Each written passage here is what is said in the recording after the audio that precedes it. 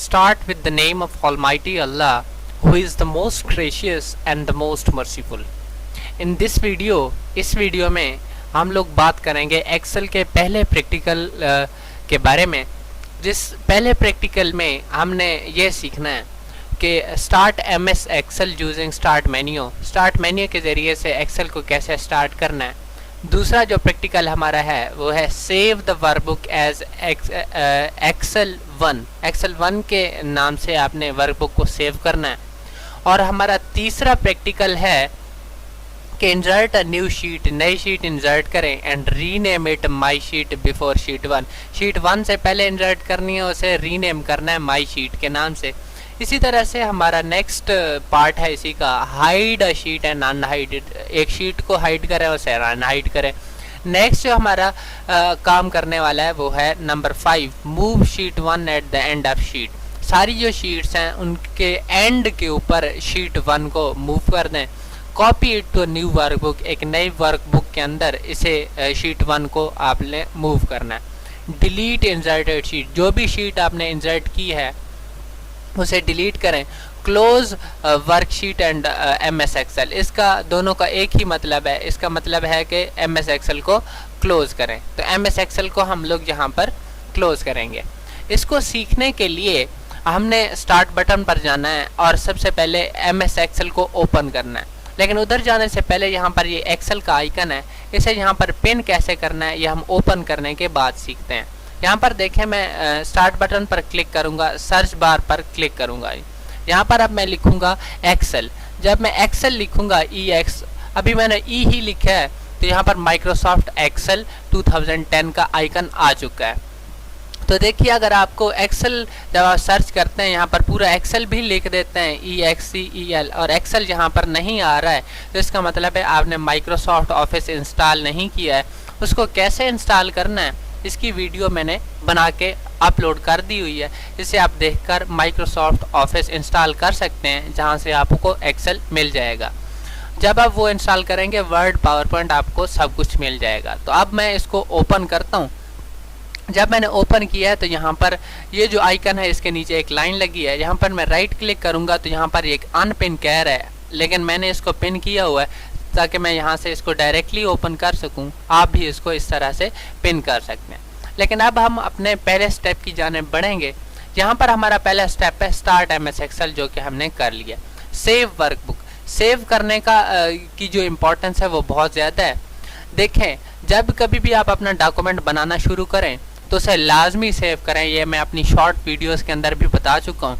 HTML, PowerPoint, Microsoft word, इन page, जहाँ पर भी आप अपना डॉक्यूमेंट बनाएं उसे सेव लाजमी करें। उसका फ़ायदा ये है, चाहे आपने जितना भी काम किया है वो टाइमली सेव होता रहेगा। अगर आपके पास कोई भी मसला आ जाता है यूपीएस के अंदर, आपकी इलेक्ट्रिसिटी के अंदर, आपका सिस्टम पावर ऑफ हो जाता है, तो आपका काम, आपकी मेहनत ज़ाया नहीं होगी।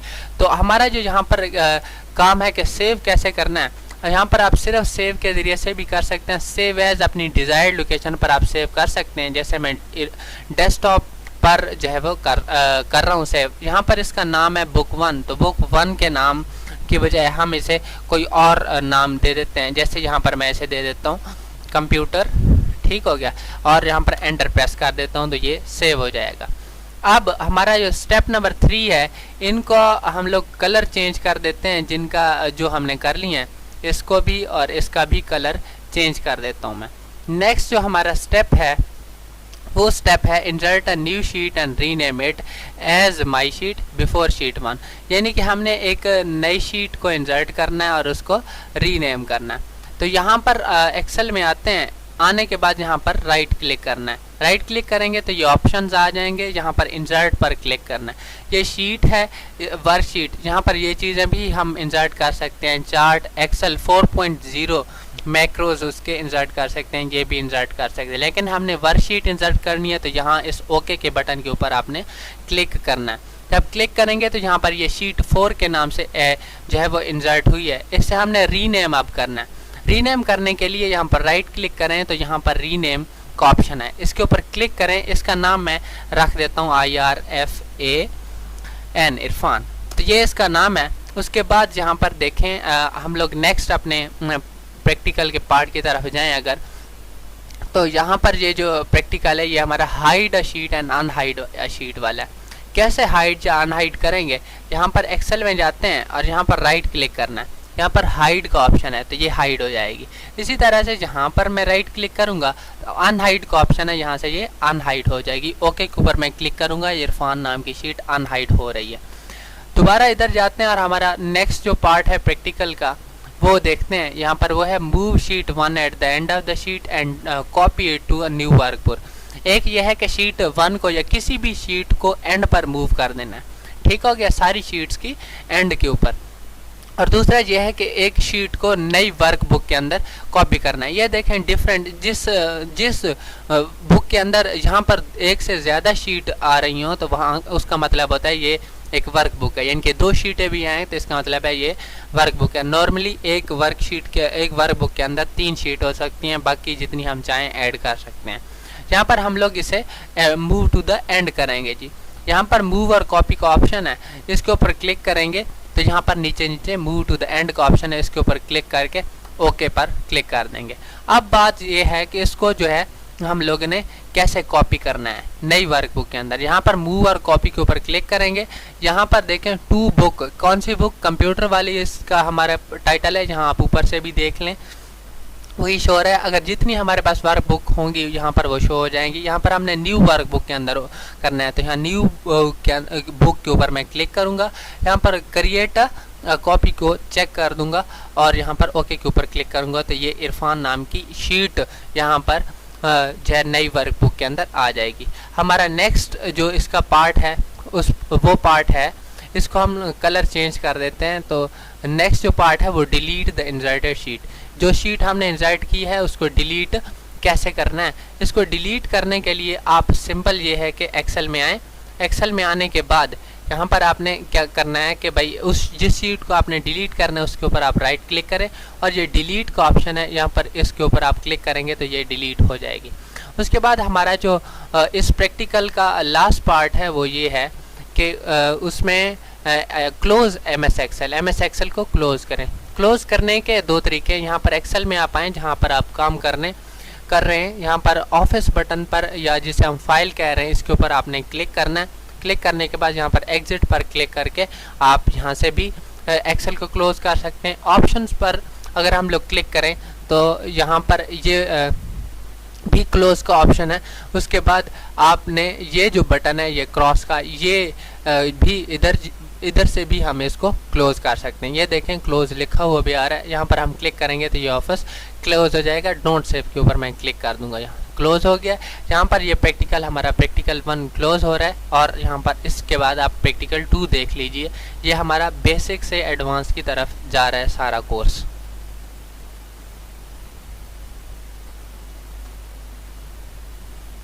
Let's begin with the name of Almighty Allah, who is the most glorificant and the most merciful। आज का हमारा प्रैक्टिकल है प्रैक्टिकल नंबर 2। ये बेसिक से एडवांस की तरफ प्रैक्टिकल जा रहे हैं। यहाँ पर हमने 3 काम करने हैं। एक ये है कि enter days series from Monday to Saturday. Days series कैसे एंटर करनी पड़ती है ऑटोमेटिकली एक्सेल में। प्रैक्टिकल नंबर 2 है कि नंबर सीरीज किसी भी तरह की हम चाहते हैं, जैसे 1 2 3 4 इस तरह की, 2 4 6 8 10 15 20 इस तरह की सीरीज अगर हम एंटर करना चाहते हैं तो कैसे एंटर करें ऑटोमेटिकली। इसी तरह से अगर हम मंथ सीरीज को एंटर करना चाहते हैं कि ऑटोमेटिक मंथ की सीरीज आ जाए तो कैसे करनी पड़ती है, इस वीडियो में हम लोगों ने ये तीनों चीज़ें जाननी है। ये जानने के लिए सबसे पहले हम लोग स्टार्ट बटन पर क्लिक करके एक्सेल को ओपन कर लेते हैं। ओपन कर लेने के बाद यहाँ से हम लोग सबसे पहले डेज सीरीज़ को एंटर करेंगे। इसको मैं थोड़ा सा जूम कर देता हूँ। जूम करने के बाद यहाँ पर मैं लिखूँगा डेज। डेज लिखने के बाद नीचे अगर मैं आऊँ तो यहाँ पर मैंने लिख देना है MONDAY मंडे। मंडे लिखने के बाद यहाँ पर जब मैं ये अब आप एरो देख लें, उसके बाद यहाँ पर जब इस कोने पर लेके जाऊँगा तो इसका निशान कुछ इस तरह से हो जाएगा। इसे कहते हैं फिल हैंडल। जब मैं इसे ड्रैग करूँगा तो ये सारी डेज़ की सीरीज़ आ जाएगी। यहाँ पर इसको मैं डबल क्लिक कर दूँगा ताकि ये इसका साइज़ इसको फिट आ जाए। नेक्स्ट है नंबर सीरीज़। यहाँ पर मैं लिख देता हूँ नंबर। नंबर लिखने के बाद यहाँ पर हमारी सीरीज़ 5, 10, 15 वाली थी, यहाँ पर 5 लिख देता हूँ और यहाँ पर नीचे 10 लिख देता हूँ। 10 लिखने के बाद यहाँ पर क्लिक करूँगा और कंट्रोल बटन प्रेस करके दोनों को सिलेक्ट कर लूँगा, इन दो को सिलेक्ट करूँगा और सिलेक्ट करने के बाद यहाँ पर जो है अब मैं क्या करूँगा जी, सिलेक्ट करने के बाद यहाँ पर फिल हैंडल को जो है ये कंट्रोल के साथ नहीं करना, बस आपने इधर क्लिक करके ऐसे ड्रैग कर लेना और फिर उसके बाद यहाँ से आपने इसको नीचे ड्रैग करना है। ड्रैग करेंगे तो ये इस तरह की सीरीज़ जैसे आप चाहेंगे उस तरह से होगी। अब इसके नीचे यहाँ पर मैं 2, 4 वाली सीरीज़ को जो है वो एंटर करता हूँ। अगर मैं करना चाहता हूँ ऐसे तो इधर मैं क्लिक करूँगा और क्लिक करने के बाद यहाँ पर फिल हैंडल को नीचे ड्रैग कर लूँगा तो इस तरह की सीरीज आ जाएगी 2, 4, 6, 8, 10, 12 वगैरह वगैरह। आगे हमारी मंथ वाली सीरीज़। मंथ्स की सीरीज़ को एंटर करने के लिए यहाँ पर हमने क्या करना है, यहाँ पर पहले मंथ का नाम लिखना है। पहले मंथ के नाम को लिखने के लिए जैसे JANUARY जनवरी है, जनवरी के बाद यहाँ पर हमने इसको क्लिक करना है इसकी साइड पे, जिसका ये फिल हैंडल यहाँ पर आएगा तो यहाँ पर आपने इसको नीचे ड्रैग कर लेना है तो ये ऑटोमेटिकली प्रिंट करेगा जनवरी, फरवरी, मार्च, अप्रैल, मई, जून, जुलाई वगैरह वगैरह को। Commence with the name of Almighty Allah, who is the most gracious and the most merciful। ये हमारा प्रैक्टिकल नंबर 3 है। इस प्रैक्टिकल नंबर 3 के अंदर हमने ये चीज़ें सीखनी है। क्रिएट द फॉलोइंग वर्कशीट, इस तरह की वर्कशीट जो है वो क्रिएट करनी है। यहाँ पर मैंने क्रिएट करके रखी हुई है, ये मैं आपको बता देता हूँ कि आपने कैसे क्रिएट करनी है। उसके बाद आगे जो हमने काम करना है वो है make the headings as bold and align centre. इसकी जो हेडिंग्स हैं इनको बोल्ड करें, उन अलाइनमेंट उनकी सेंटर कर दें। Change the font of the column 1 and row 1 to 18 points. Column 1 और रो 1 के जो साइज़ है वो 18 पॉइंट्स तक चेंज करें।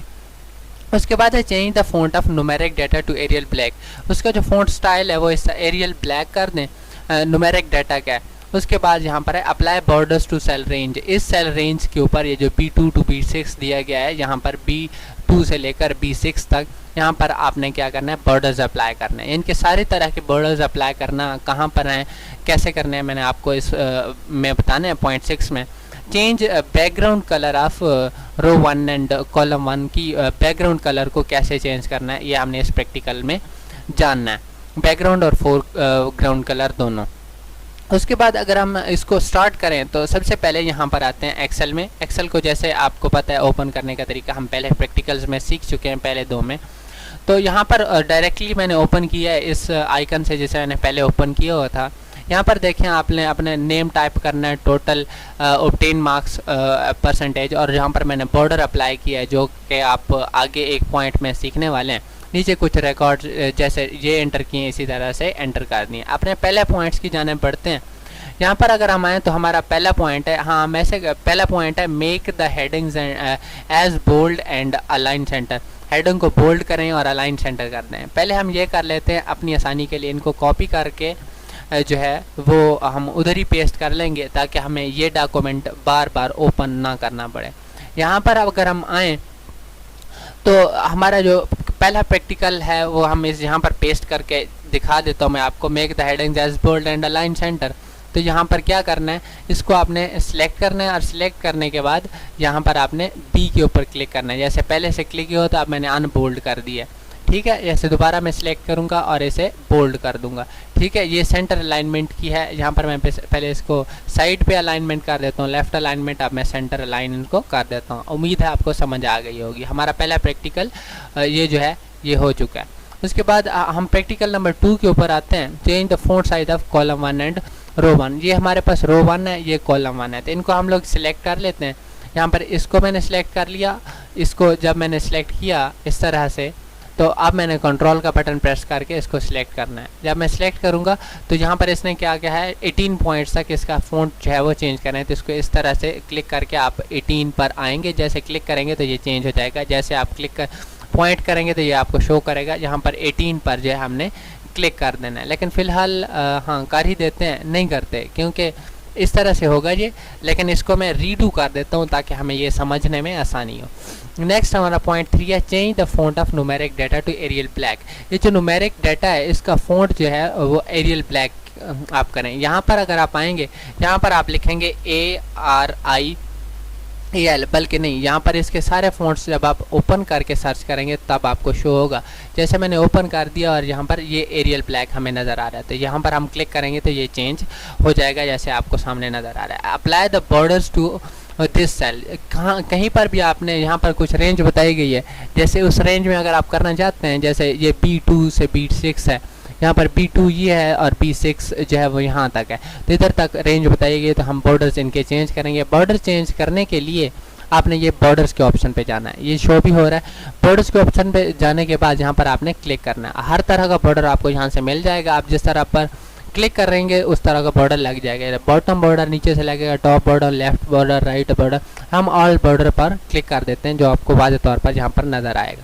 हमारा नेक्स्ट और लास्ट पॉइंट है change to background colour of row 1 and column 1 to yellow. Background colour जो है रो 1 और कॉलम 1 का चेंज करना। चेंज करने के लिए इनको सिलेक्ट करना पड़ता है। इस तरह से मैंने सिलेक्ट किया और कंट्रोल प्रेस करके ये जो है इसको भी मैंने सिलेक्ट कर लिया, और यहाँ पर मैं इसके ऊपर कलर्स पर क्लिक करूँगा और यहाँ पर येलो के ऊपर अगर मैं क्लिक कर दूँ तो इसका जो है वो चेंज हो जाएगा। इसका कलर इसलिए चेंज हुआ है क्योंकि ये भी साथ सिलेक्टेड था कंट्रोल के साथ, लेकिन इसको हम जो है इसका नो कलर कर देते हैं। यहाँ पर जहाँ क्लिक करके आप जो है इसका नो कलर के ऊपर, नो फिल के ऊपर आप क्लिक करके जो है इसको रिमूव कर सकते हैं। आज के प्रैक्टिकल में यही था। बेसिक से एडवांस एक्सेल सीखने के लिए हमारा नेक्स्ट प्रैक्टिकल देखिए। Let's begin with the name of Almighty Allah, who is the most gracious and the most merciful। ये हमारा प्रैक्टिकल नंबर 5 है एक्सेल का। तो माइक्रोसॉफ्ट एक्सेल की प्रोफेशनल ट्रेनिंग के लिए ये बेसिक चीज़ें सीखना बहुत ज़्यादा ज़रूरी हैं।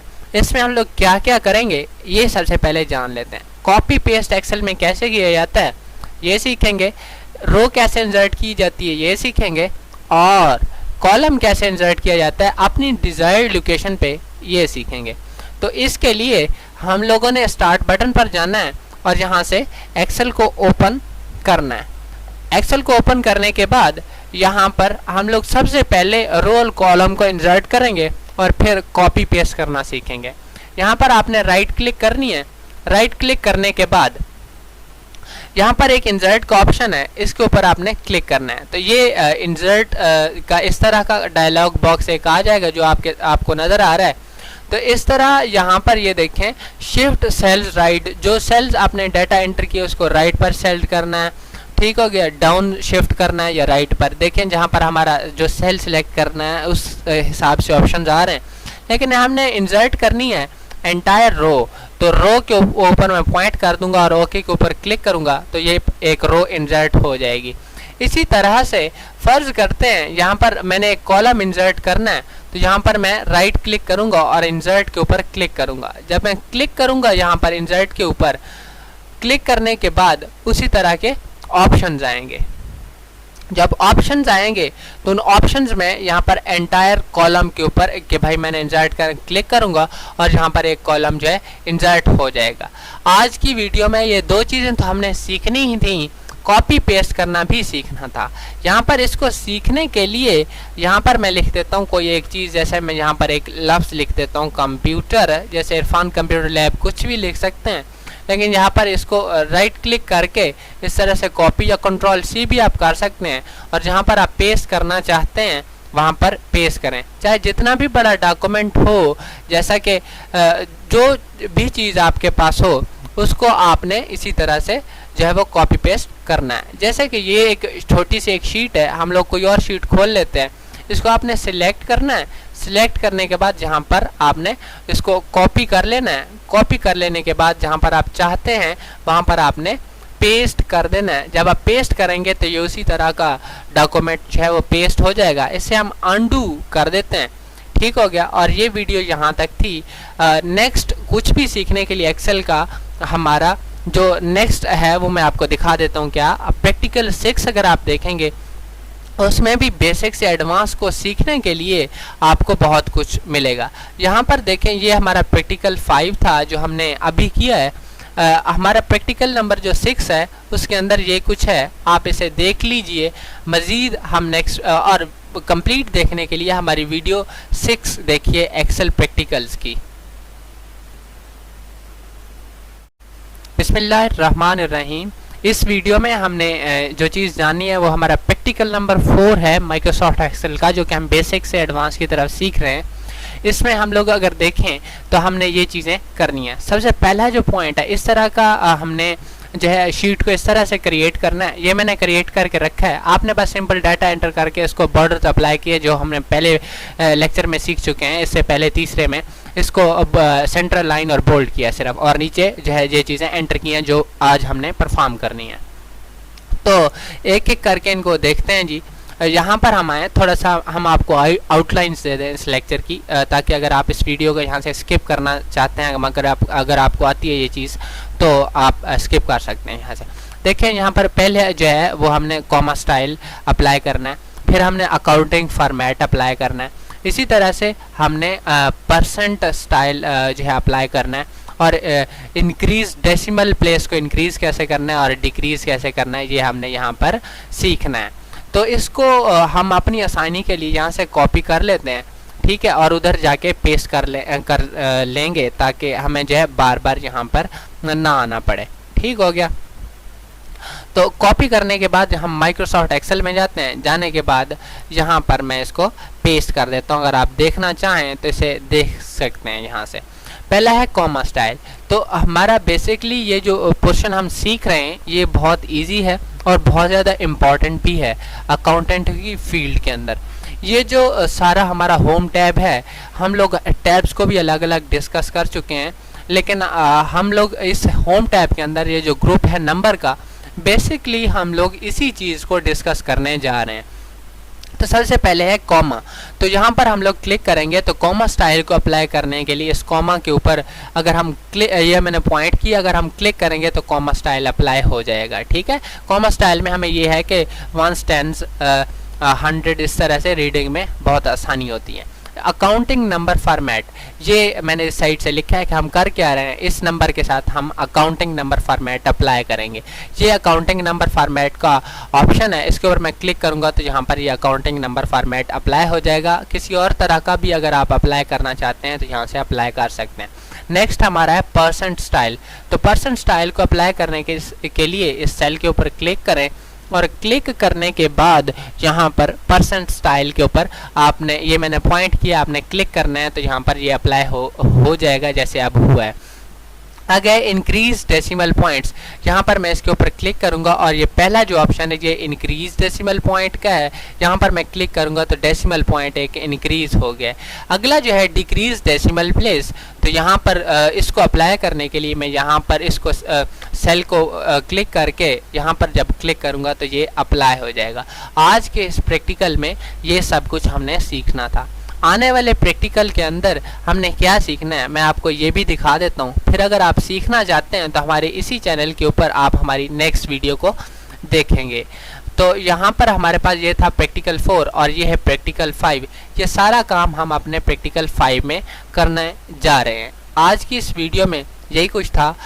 अगर आप माइक्रोसॉफ्ट एक्सेल बेसिक से एडवांस सीखना चाहते हैं तो हमारी इस चैनल को देखते रहिए। Commence with the name of Almighty Allah, who is the most gracious and the most merciful। इस प्रैक्टिकल में, प्रैक्टिकल नंबर 7 में हम लोगों ने देखना है कि नंबर की सॉर्टिंग कैसे करना है। एक किस्म की सॉर्ट हम करेंगे जिसे डिसेंडिंग ऑर्डर में सॉर्ट करना कहते हैं। उसके बाद इन नंबर्स का टोटल कैसे फाइंड करना है वो हम लोगों ने यहाँ पर किया हुआ है, लेकिन आपको करके यहाँ पर दिखाएंगे। जैसे कि हम पिछले लेक्चर के अंदर भी सीख चुके हैं, लेकिन इसके अंदर इस चीज़ को रिपीट करना है।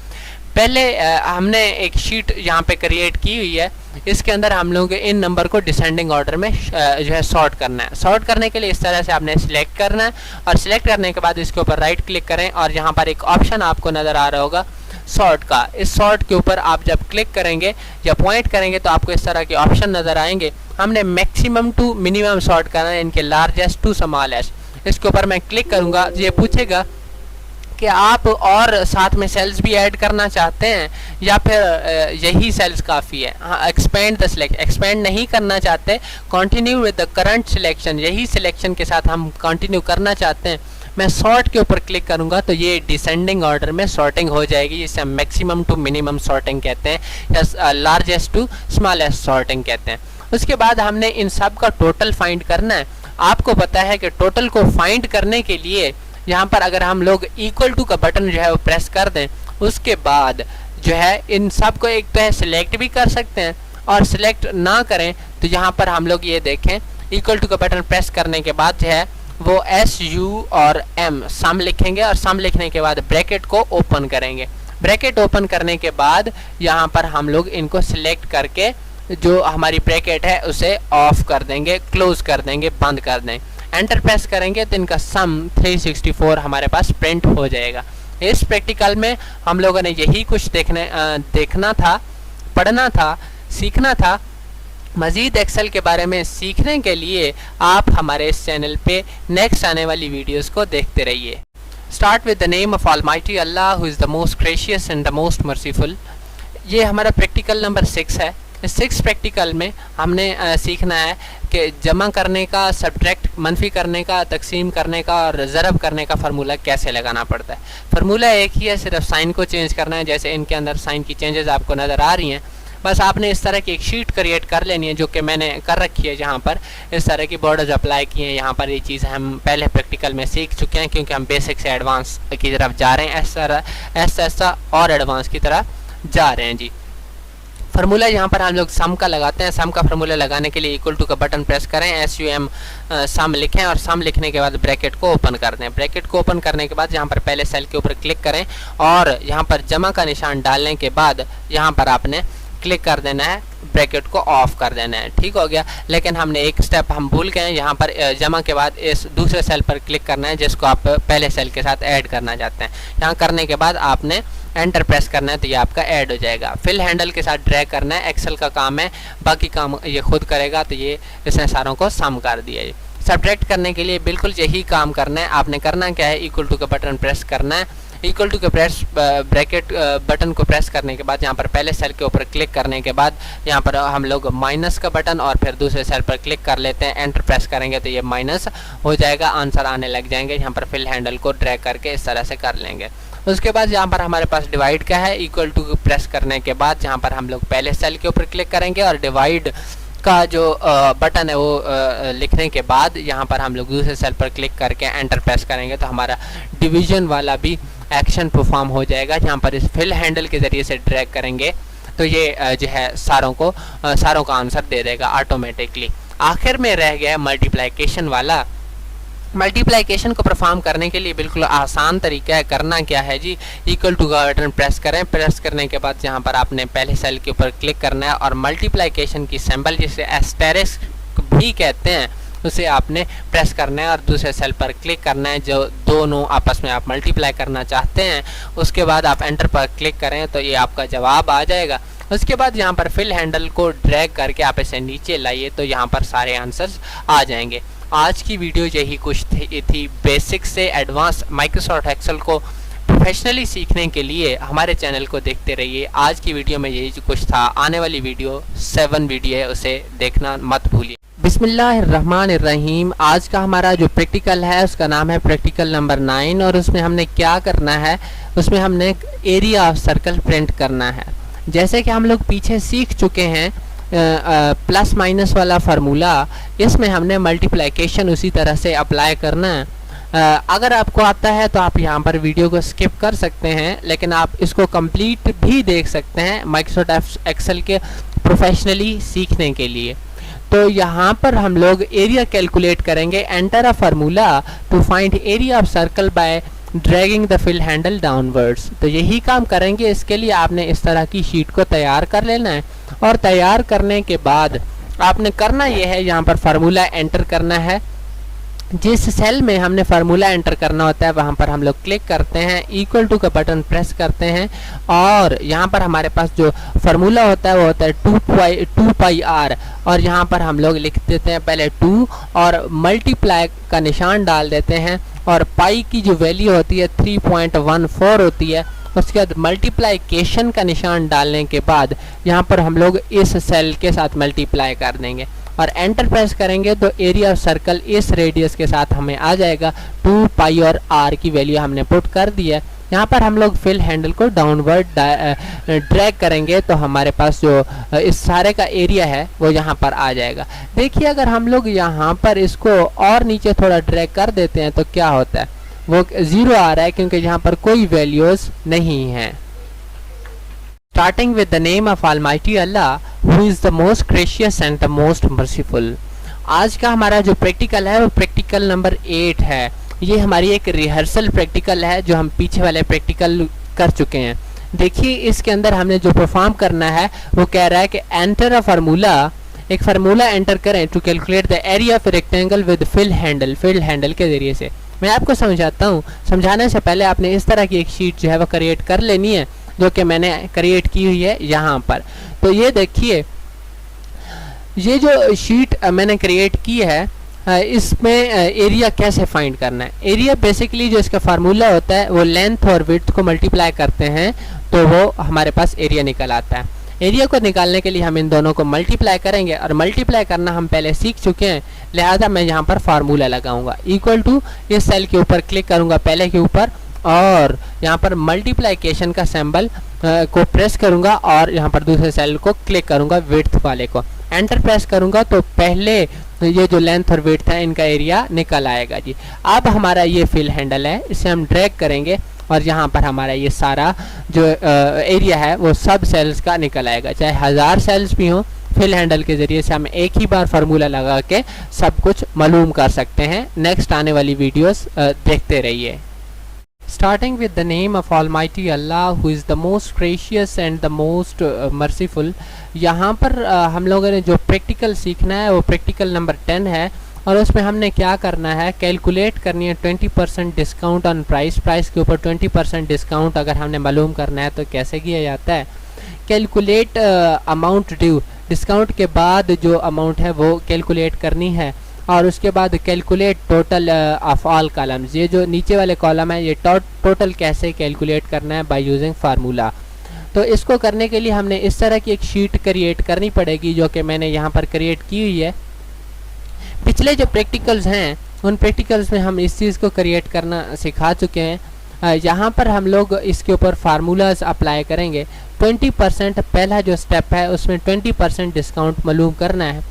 तो यहाँ पर आप दो चीज़ें सीख रहे हैं, एक तो डिस्काउंट तो आप मालूम करेंगे ही, एक्सेल में अगर परसेंटेज मालूम करनी है तो आप कैसे करेंगे, या जहाँ कहीं भी अगर आपको परसेंटेज प्रोग्रामिंग के अंदर कभी भी मार्क्स की परसेंटेज मालूम करनी है तो कैसे करनी है वो यहाँ इस फार्मूले की मदद से आप कर सकेंगे। यहाँ पर हमने इस प्राइस के ऊपर 20% डिस्काउंट मालूम करना है। मालूम करने के लिए इक्वल टू का बटन प्रेस करें। चूँकि 20% करना है और 20 ओवर 100 जब हम कर देंगे तो 20% इसका मतलब है। इसको हम मल्टीप्लाई करेंगे इसके साथ, प्राइस के साथ, तो यहाँ पर 20% इसका डिस्काउंट आएगा। एंटर प्रेस करेंगे अगर तो यहाँ पर ये जो है डिस्काउंट के बाद इसकी ये जो प्राइस है ये बच गई है। अब हम इसको फिल हैंडल के ज़रिए से ड्रैग करेंगे तो ये सब के ऊपर फार्मूला अप्लाई हो जाएगा। अब हमने प्राइस ड्यू मालूम करनी है। ये हमारी रिहर्सल हो रही है पिछले प्रैक्टिकल्स की। देखिए जी, प्राइस ड्यू मालूम करने के लिए मतलब ये है कि अगर हम इस प्राइस में से डिस्काउंट निकाल लें तो पीछे कितनी प्राइस बच जाती है, ये मालूम करने के लिए हमने यहाँ पर इक्वल टू का बटन प्रेस करना है और यहाँ पर ये जो है इस पर क्लिक करके माइनस का बटन आपने प्रेस करना है और प्रेस करने के बाद यहाँ पर आप क्लिक करेंगे और एंटर प्रेस करेंगे जब तो आपके पास प्राइस ड्यू निकल आएगी। भाई ये जो है हमने इसमें से ये वाले सारे पैसे जो है हमने निकाल लिए हैं। पीछे कितने बचते हैं, 6264। तो फिल हैंडल के ज़रिए से हम लोग इसको ड्रैग करेंगे ताकि ये फार्मूला सब पर अप्लाई हो जाए। आगे हमने टोटल फाइंड करना है और टोटल फाइंड करने के लिए हम लोग इस बॉक्स के अंदर, इस सेल के अंदर इन सब का जो है टोटल फाइंड करेंगे। और टोटल फाइंड करने के लिए इस सेल में जहाँ पर हम कैलकुलेट करना चाह रहे हैं इक्वल टू का बटन प्रेस करेंगे और यहाँ पर हम लोग ब्रैकेट को ओपन कर देंगे। और यहाँ पर हम लोग बल्कि ये नहीं करेंगे, हम लोग फार्मूला डायरेक्ट लगा लेते हैं। सम लिखने के बाद ब्रैकेट को ओपन करेंगे और उसके बाद इसको जहाँ पर हम लोग सिलेक्ट कर लेंगे और ब्रैकेट को बंद करके एंटर प्रेस करेंगे तो ये हमारे पास आ जाएगा। यही काम हमने यहाँ करना है। अगर सेल सेम होते तो हम लोग इसे फिल हैंडल के ज़रिए से ड्रैग कर लेते, लेकिन अब हमने इसको वही काम करना है जो कि मैं आपके सामने बहुत जल्द ही कर देता हूँ। यहाँ पर ये देखें, इसको हमने ड्रैग करके, बल्कि ये नहीं बल्कि हमने इस चीज़ को जो है वो ड्रैग करना है। सेल्स खुद ही चेंज होंगे ब्रैकेट को ऑफ कर देना और यहाँ पर ये, और इसी तरह से यहाँ पर जो है हमने इक्वल टू का बटन प्रेस करना है और उसके बाद SVM सम लिखने के बाद यहाँ पर ब्रैकेट को ओपन करने के बाद इन सेल्स को सिलेक्ट करना है। ब्रैकेट को ऑफ करने के बाद एंटर प्रेस करेंगे तो यहाँ पर आपके पास सारा टोटल आ जाएगा। यहाँ पर हम लोगों ने अभी फार्मूलाज लगाए हैं, जो चीज़ आप देख चुके हैं। तो ये प्रैक्टिकल यही कुछ था। आज का 10वां प्रैक्टिकल जहाँ पर एंड होता है। ये टोटल 25 प्रैक्टिकल्स हैं। अगर आप इनको देख लेते हैं, BS लेवल पर जितना एक्सेल लोगों को आता है, ये सारा एक्सेल इन प्रैक्टिकल्स के अंदर मौजूद है। Starting with the name of almighty Allah who is the most gracious and the most merciful. ये हमारा माइक्रोसॉफ्ट एक्सेल का प्रैक्टिकल नंबर 12 है। इस प्रैक्टिकल के अंदर हमने जो सीखना है वो बहुत ज़्यादा इजी है और बहुत ज़्यादा इम्पोर्टेंट और टेक्निकल है। इसको आपने सीखने के लिए इसको कंप्लीट देखना है, क्योंकि यहाँ पर मैं इसको स्टेप बाय स्टेप चीज़ों को बताऊंगा। सबसे पहले जो बिगिनर्स हैं उनके लिए ये चीज़ बताऊंगा। सबसे पहले आपने इस तरह की शीट तैयार करनी है। शीट कैसे तैयार करनी है, पहले आइए मैं आपको ये बता देता हूँ, और फिर उसके बाद हम इनकी वैल्यूज़ को जो है वो कैलकुलेट करेंगे। Calculate the values of third, यानी कि इस तरह से ए स्क्वायर माइनस बी स्क्वायर कैसे फाइंड करते हैं, इनको हम लोग आपको बाद में बताते हैं। यहाँ एक्सेल में आते हैं अगर हम लोग, ये मैंने शीट वही क्रिएट की हुई है जिसका स्क्रीनशॉट वहाँ पर डिस्प्ले हो रहा है आपके सामने। तो यहाँ पर इसको इस तरह से करने के लिए हमने करना क्या है, जिस सेल के ऊपर फर्ज करते हैं हम लोग, यहाँ पर मैंने ए स्क्वायर माइनस बी स्क्वायर मैंने लिखा है। तो यहाँ पर क्या करना है, b को स्क्वायर कैसे बनाना है। तो यहाँ पर आपने इस 2 को सिलेक्ट करना है, इस 2 को जिसको हम स्क्वायर बनाना चाह रहे हैं। सिलेक्ट करने के बाद यहाँ पर इसको सिलेक्ट करने का आसान तरीका है, शिफ्ट के साथ एक एरो जो है आपने लेफ्ट प्रेस कर देना है। उसके बाद इसके ऊपर आपने राइट क्लिक करना है। राइट क्लिक करने के बाद आपने फॉर्मेट सेल्स के अंदर जाना है। यहाँ जाने के बाद आपका ये फॉन्ट का जो ऑप्शन आ रहा है, जब आप सिलेक्ट करके आएंगे तो यही फॉन्ट का ऑप्शन आएगा, और यहाँ पर जो है इसका 2 ऑप्शन हैं इधर आपको नज़र आ रहे होंगे इफेक्ट्स में, स्ट्राइक थ्रू सुपरस्क्रिप्ट और सबस्क्रिप्ट। हमने यहाँ पर इसको टॉप के ऊपर लेके जाना है। हम लोग सुपरस्क्रिप्ट को क्लिक करेंगे और ओके के ऊपर क्लिक कर देंगे, और सबस्क्रिप्ट जब हम बेस बनाना चाहेंगे तो तब हम इस्तेमाल करेंगे। अब हम ओके के ऊपर क्लिक करते हैं तो ये जो है वो ए स्क्वायर हो गया। इसी तरह से बी स्क्वायर जो है हम लोग बना सकते हैं। यहाँ पर मैं आपको ये बताता हूँ, अगर हम सिर्फ बगैर 2 को सिलेक्ट किए यहाँ पर राइट क्लिक करूँगा तो हमें जो फॉर्मेट सेल्स हैं वो बहुत सारे ऑप्शंस प्रोवाइड करेगा। तो यहाँ पर आपने उससे भी आप फॉन्ट में आ सकते हैं, number, alignment, font, border, fill और प्रोटेक्शन। उसके बाद नेक्स्ट जो हमारा काम है वो वाला है कि यहाँ पर हम लोग इनको कैलकुलेट कैसे कर सकते हैं, ये फार्मूला कैसे लगा सकते हैं माइक्रोसॉफ्ट एक्सेल में। फार्मूला लगाने के लिए यहाँ पर हम लोग इन सब को इरेज कर देते हैं। यहाँ पर हमें पता है कि हमारी जो वैल्यूज़ हैं वो ए की वैल्यूज़ ये हैं और बी की वैल्यू ये सारी हैं। ठीक हो गया, इस बात का हम जानते हैं क्योंकि ऊपर वैल्यू ऑफ ए और वैल्यू ऑफ बी लिखा हुआ है। इसको कैलकुलेट करने के लिए पहले तो हम इसको इरेज कर देते हैं। यहाँ पर हम इसको कैलकुलेट करने के लिए करना ये है कि यहाँ पर आपने जो है वो इक्वल टू का बटन प्रेस करना है और इस सेल को सिलेक्ट करके शिफ्ट के साथ आपने यहाँ पर इसको रेज टू द पावर वाला ऑप्शन लेके आना है शिफ्ट के साथ। उसके बाद यहाँ पर आपने 2 लिख देना है और फिर वही माइनस का बटन आपने प्रेस कर देना है जैसे कि ऊपर फार्मूला में है। ये करने के बाद आपने बी की वैल्यू के ऊपर क्लिक करके शिफ्ट के साथ रेज टू द पावर वाला बटन प्रेस करने के बाद 2 का बटन जो है प्रेस कर देना है और एंटर प्रेस करेंगे तो ए स्क्वायर माइनस बी स्क्वायर जो है वो निकल आएगा। यहाँ पर फिल हैंडल के साथ जब ड्रैग करेंगे तो एक्सेल ऑटोमेटिकली इन वैल्यूज़ को कैलकुलेट कर देगा। इनको आप जो है मैन्युअली चेक कर सकते हैं सॉल्व करके। फर्दर मोर हम अगले अपने पॉइंट के ऊपर जाते हैं। इक्वल टू का बटन प्रेस करेंगे फार्मूला लगाने के लिए। एज यू नो कि फार्मूला लगाने के लिए हम लोग इक्वल टू का बटन प्रेस करते हैं। करने के बाद जहाँ पर इस सेल के ऊपर क्लिक करेंगे और शिफ्ट के साथ 6 प्रेस करके यहाँ पर हम लोग इसका क्यूब लेंगे और फिर उसके बाद प्लस का बटन प्रेस करेंगे।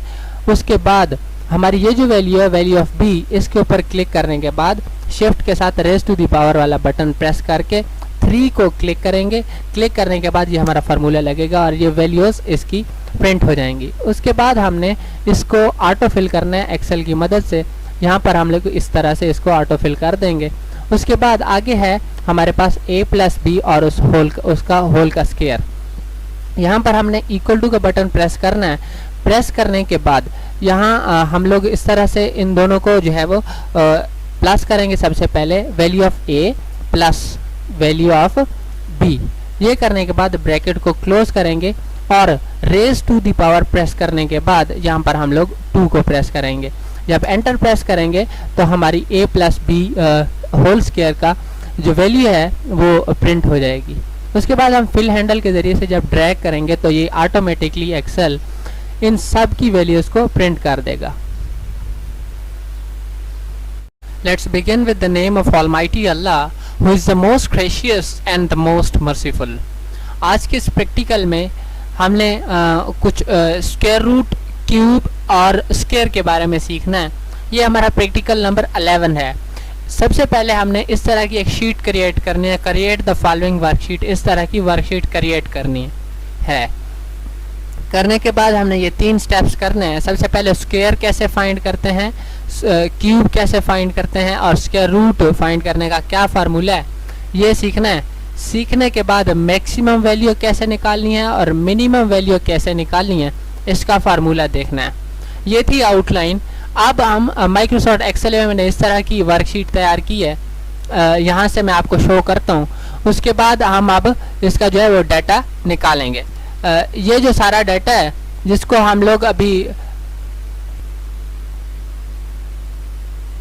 इस जो है अब हम इस फाइल को अपनी आगे कंटिन्यू करेंगे। इसी में हम लोग सबसे पहले सीखते हैं कि इसको कैसे हम लोग स्क्वायर फाइंड कर सकते हैं।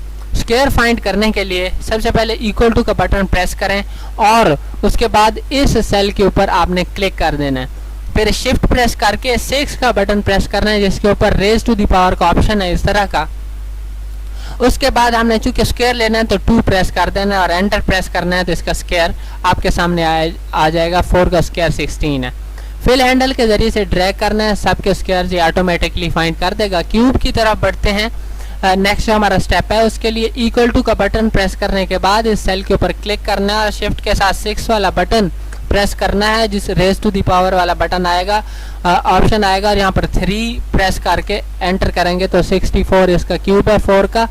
ठीक हो गया। यहाँ तक इसने हमने ड्रैग करेंगे तो सबका क्यूब निकल आएगा। स्क्वायर रूट का फार्मूला है इक्वल टू और इक्वल टू के बाद आपने एस क्यू और आर टी लिखना है।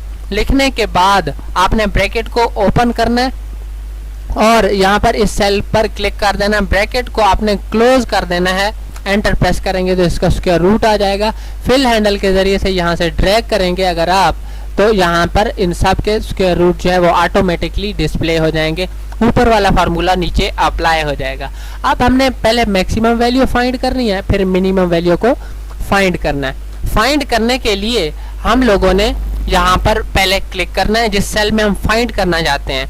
तो इक्वल टू का बटन प्रेस करेंगे और यहाँ पर लिखेंगे M, A और X। लिखने के बाद ब्रैकेट को ओपन करना है और इन सब को सिलेक्ट कर लेना है जिनमें से हम मैक्सिमम वैल्यू को फाइंड करना चाहते हैं और ब्रैकेट को क्लोज करने के बाद एंटर प्रेस करना है तो मैक्सिमम जो वैल्यू है वो यहाँ पर आ जाएगी।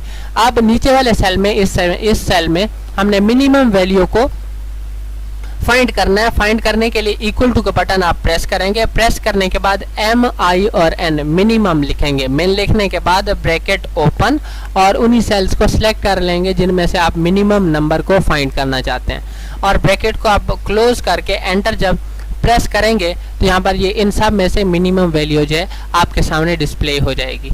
अब यहाँ पर हमने ये 2 चीज़ें जो है वो इन दोनों सेल्स में आपने इनमें से मिनिमम और मैक्सिमम खुद ही फाइंड करना है। इस वीडियो में यही कुछ था। फर्दर एक्सेल सीखने के लिए हमारे और प्रैक्टिकल्स देखते रहिए आप। हमारे तकरीबन 25 एक प्रैक्टिकल बेसिक टू एडवांस की तरफ हैं। बिस्मिल्लाहिर्रहमानिर्रहीम। आज का हमारा जो प्रैक्टिकल नंबर 13 है उसके अंदर हमने सबसे पहले अपनी वर्कशीट को इस तरह से प्रिपेयर करना है। उसके बाद हमने ये एक स्टेप परफॉर्म करना है। उसके बाद आज का प्रैक्टिकल एंड हो जाएगा। इस प्रैक्टिकल में क्या है, इस प्रैक्टिकल के अंदर हमने टोटल फाइंड करने का तरीका सीखना है। यहाँ पर हमारे पास एक रिपोर्ट तैयार है, monthly report of expenses for book bank की। इसको करने के लिए आपने इस तरह की एक वर्कशीट बनानी है। देखिए यहाँ पर सिर्फ मैंने किया हुआ ये है कि इन सेल्स को मर्ज किया हुआ है। इन सेल्स को बगैर मर्ज किए भी आप इस तरह से लिख सकते हैं, लेकिन आप कैसे लिख सकते हैं ये मैंने एक शॉर्ट वीडियो बनाई हुई, आप वहाँ से देख सकते हैं। यहाँ पर देखें मर्ज कैसे करते हैं ये मैं आपको बता देता हूँ। सिलेक्ट करें वो एरिया जिसको आप मर्ज करना चाहते हैं और यहाँ पर मर्ज के ऑप्शन पर आपने क्लिक कर देना है तो ये मर्ज हो जाएगा। अब मैं आपको इसको अनमर्ज करके दिखा देता हूँ। यहाँ पर हम लोग जो है इसका फार्मूला लगाते हैं। लगाने से पहले मैं आपको थोड़ा बहुत बता देता हूँ। Monthly report of expenses for book bank for the month of अगस्त 2022 ये जो है वो हमारे पास मौजूद है एक्सपेंसेस। उसके बाद ये देखें कुछ एक्सपेंस और अमाउंट जो है वो यहाँ पर मौजूद है, लेकिन हम इन दोनों को सिलेक्ट करके इनका फ़ॉन्ट साइज़ चेंज कर देते हैं, जैसे कि आप लोग पहले भी जानते हैं इस बारे में। लेकिन यहाँ पर हमारे पास रेंट है, वेजेस हैं, सैलरीज हैं, इलेक्ट्रिसिटी बिल है, इंटरनेट का यहाँ पर ये देखें आप बिल आ रहा है, एंटरटेनमेंट का बिल आ रहा है और मिसलेनियस यहाँ पर आ रहा है। इनका टोटल अमाउंट कैसे फाइंड करनी है उसका फार्मूला हम इस सेल के अंदर यूज़ करेंगे। फार्मूला यूज़ करने के लिए इक्वल टू का बटन प्रेस करें और यहाँ पर SUM सम लिखें और ब्रैकेट को ओपन करें। ब्रैकेट ओपन करने के बाद शिफ्ट के साथ आप 9 वाला बटन प्रेस करेंगे तो ब्रैकेट ओपन हो जाएगी। जिस चीज़ का टोटल आपने करना है उसको सिलेक्ट कर दीजिए। एक्सेल ऑटोमेटिकली इस सेल को जो है वो कैलकुलेट कर देगा। यहाँ पर देखें मैं दोबारा सिलेक्ट करता हूँ आपके सामने। ये चीज़ हमने सिलेक्ट करनी थी जो कि सिलेक्ट हो चुकी है। ब्रैकेट को क्लोज कर दें, एंटर प्रेस कर दें तो आपके पास इसका टोटल होगा। आपके पास यहाँ पर ये डिस्प्ले हो रहा है। ठीक हो गया। तो इस प्रैक्टिकल में यही कुछ था। ये था हमारा प्रैक्टिकल नंबर 13। एक्सेल को बेसिक से एडवांस की तरफ सीखने के लिए आप हमारे इन प्रैक्टिकल्स को देखते रहिए। हमारे थंबनेल्स के ऊपर जो है जो भी चीज़ है वो क्लियर लिखी हुई है। उसके बाद हम 13वें प्रैक्टिकल हमने परफॉर्म कर लिया है। आगे हम लोग इस तरह से तरतीब से जो है वो प्रैक्टिकल परफॉर्म कर रहे हैं। इस एक्सेल को बेसिक से एडवांस सीखने के लिए आप इस हमारे चैनल की वीडियोस को देखते रहिए। Commence with the name of Almighty Allah, who is the most gracious and the most merciful। आज का हमारा जो प्रैक्टिकल है वो है प्रैक्टिकल नंबर 14। प्रैक्टिकल नंबर 14 को परफॉर्म करने के लिए हमने सबसे पहले create a worksheet for the student result sheet as follows. इस तरह की रिजल्ट शीट प्रिपेयर करनी है। प्रिपेयर करने के बाद हमने इसका टोटल फाइंड करना है और एवरेज का फार्मूला बाय यूजिंग फंक्शन या फार्मूला हमने कैलकुलेट करना है। यहाँ पर लिखा है हमने कि by using formula slash function, तो हम कुछ भी इस्तेमाल कर सकते हैं। मैं आपको दोनों का तरीका बताऊंगा। इधर देखें इस तरह की आपने शीट प्रिपेयर करनी है जो कि मैंने यहाँ पर प्रिपेयर की है। तो यहाँ पर हम लोग सबसे पहला काम जो है वो करते हैं शीट प्रिपेयर करने वाला। आपने ये करना है कि यहाँ पर इनको मर्ज करके इसको भी मर्ज करके इस हिसाब से आपने ये लिखना है। लिखने के बाद इस तरह का ये चीज़ें हम लोग पिछले प्रैक्टिकल्स में सीख चुके हैं। यहाँ पर बॉर्डर्स अप्लाई किए हैं, ऑल बॉर्डर्स यहाँ से, और उसके बाद इनको इस तरह से लिखा है। अब हम टोटल और एवरेज के फार्मूला या फंक्शन की तरफ आते हैं।